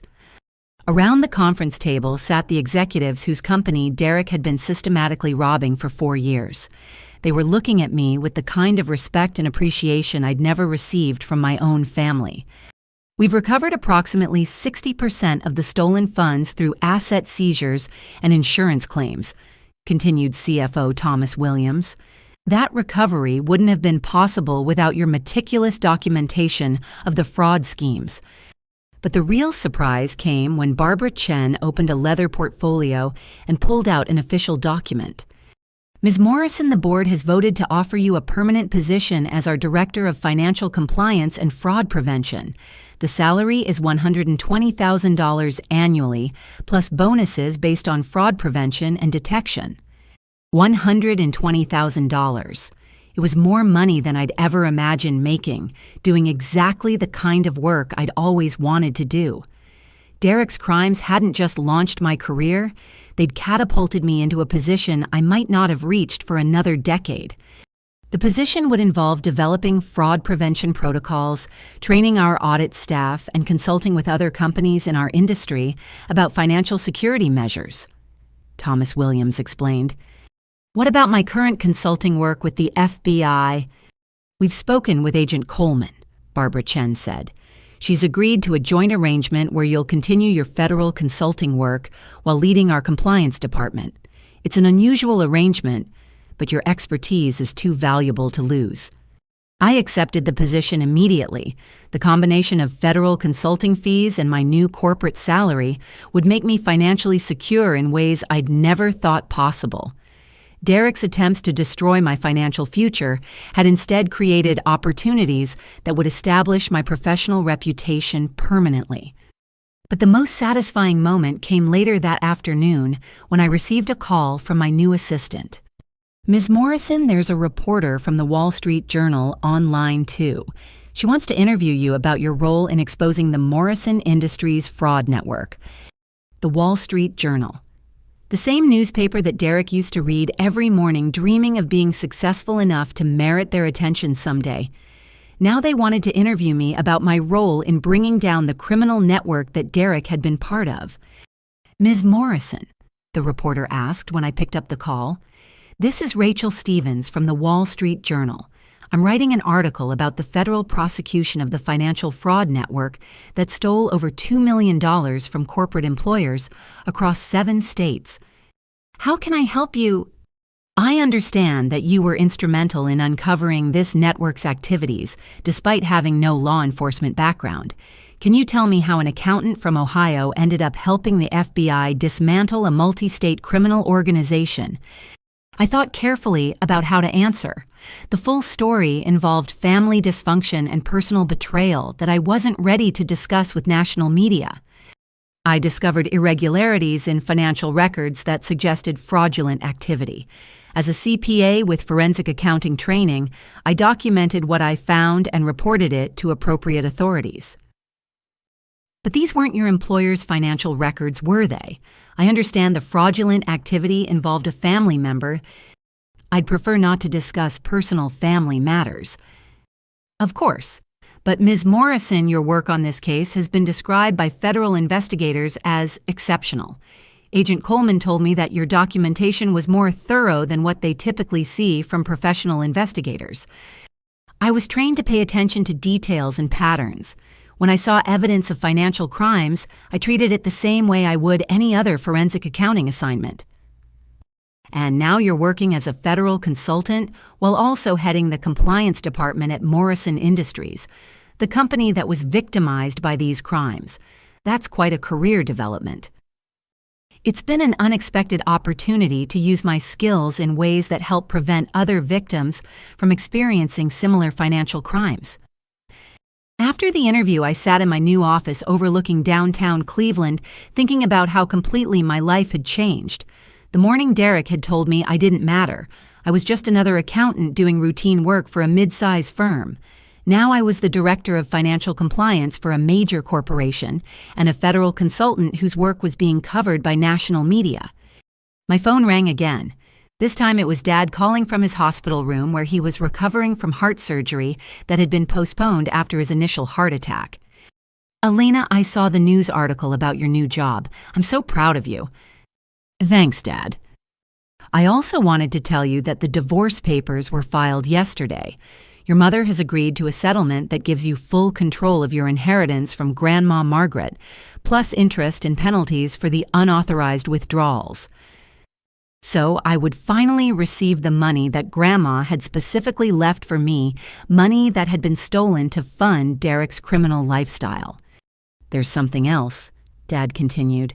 "The college fund I set up for you with compound interest over the past 10 years, it's grown to $57,000. Combined with my recovered inheritance and my new salary, I was looking at complete financial security for the first time in my adult life. Derek's crimes had inadvertently created the exact opposite of what he'd intended. Instead of destroying my financial future, his actions had launched me into prosperity. Dad, how are you handling everything? The divorce, Derek's arrest, the media attention. Honestly, I feel relieved. For the first time in years, I feel like I can breathe. No more covering up lies, no more enabling destructive behavior, no more pretending our family was something it wasn't. What about Derek? Have you heard from him? He called yesterday from Federal Holding. He wanted me to know that his cooperation with investigators is going well. Agent Coleman thinks he'll probably get a sentence in the 6 to 8 year range instead of 20 years. 6 to 8 years. Derek would be in his late 30s when he got out of prison, old enough to potentially rebuild his life, but young enough to have meaningful decades ahead of him. How did he sound? Different. Humbled. Like he'd finally realized the scope of what he'd done and why it mattered. He asked me to tell you that he understands why you couldn't protect him from the consequences of his own choices. Dad, do you think Derek will actually learn from this experience? I don't know. But Elena, I've learned something important from watching this whole situation unfold. What's that? I learned that protecting people from the consequences of their bad choices isn't actually protection. It's enablement. And enablement doesn't help anyone grow or improve or become better people. We talked for another few minutes about practical matters, Dad's recovery timeline, the logistics of his divorce arrangements for selling the family house. But underneath the practical conversation was something I'd never heard from Dad before: genuine respect for my judgment and my capabilities. For the first time in my life, my father was treating me like an adult whose opinions mattered and whose achievements were worth celebrating. As I hung up, I realized that Derek's crimes had done more than just launch my career and establish my financial security. They'd also forced our family to finally be honest about our dynamics and our relationships. The honesty was painful, but it was also liberating. Later that evening, I received one more unexpected call. This one was from Beverly Morrison, my mother. "Elena, I need to speak with you." Her voice sounded different, smaller, less certain than I'd ever heard it. "What about Mom?" "About apologizing. For 30 years of treating you like you didn't matter. For enabling Derek's behavior while dismissing your accomplishments. For stealing your inheritance and helping Derek steal your identity." I was quiet for a long moment, processing this unprecedented admission. "Mom, why are you calling me now?" "Because I've spent 2 weeks in therapy trying to understand how I became the kind of person who would hurt her own daughter to protect her criminal son. And I've realized that I owe you more than an apology. I owe you accountability." "What does that mean?" "It means I'm prepared to testify against Derek if prosecutors need additional evidence for his case. It means I'm prepared to face criminal charges myself if that's what justice requires. And it means I'm prepared to spend the rest of my life trying to make up for the damage I've done to your life." For 30 years, I'd waited to hear my mother acknowledge that I mattered, that my achievements were worth celebrating, that I deserved to be treated with the same respect and consideration she'd always shown Derek. I'd never expected that acknowledgement to come in the form of an offer to face criminal prosecution. "Mom, I don't want you to go to prison." "I know you don't. But Elena, I need you to know that I'm finally prepared to face the consequences of my choices, just like Derek is facing the consequences of his." As I hung up, I realized that our family's destruction had also created opportunities for our family's rebuilding. Not as the unit we'd been built on lies and favoritism and denial, but as individuals who could finally be honest about who we were and what we'd done. Sometimes justice includes opportunities for redemption, even when redemption comes at a terrible cost. 3 months after Derek's arrest, Dad was released from the hospital with a clean bill of health and a new perspective on life that he credited to finally living honestly for the first time in 30 years. His first stop after leaving the hospital wasn't home to the house he'd shared with Mom. It was to my new apartment to see how I was adjusting to my dramatically changed circumstances. "This place is beautiful," Dad said, looking around the downtown loft I'd been able to afford thanks to my new salary and consulting income. "You've always had good taste, but I don't think I ever really paid attention before." "Thanks, Dad. How are you feeling?" "Really feeling not just what you tell the doctors." Dad settled into my living room chair with a cup of coffee, looking more relaxed than I'd seen him in years. "Honestly, I feel like I've been holding my breath for decades, and I can finally exhale." "What do you mean?" "Your mother's manipulation. Derek's lies, the constant financial stress of covering up problems instead of solving them. It was killing me slowly. The heart attack was just my body's way of saying it couldn't handle the dishonesty anymore." Dad pulled out a manila folder and set it on my coffee table. "I have something for you. The final paperwork on your inheritance recovery and the college fund distribution. Inside the folder were bank statements showing that all the money Derek and Mom had stolen from my inheritance had been recovered and deposited into an account under my sole control. With interest and penalties, the total came to $72,000. The college fund Dad had secretly maintained contained an additional $57,000. Dad, this is almost $130,000. It's what should have been yours all along, plus compensation for the damage Derek caused to your credit rating and financial reputation. But there was something else in the folder that surprised me even more. Legal documents transferring ownership of Grandma Margaret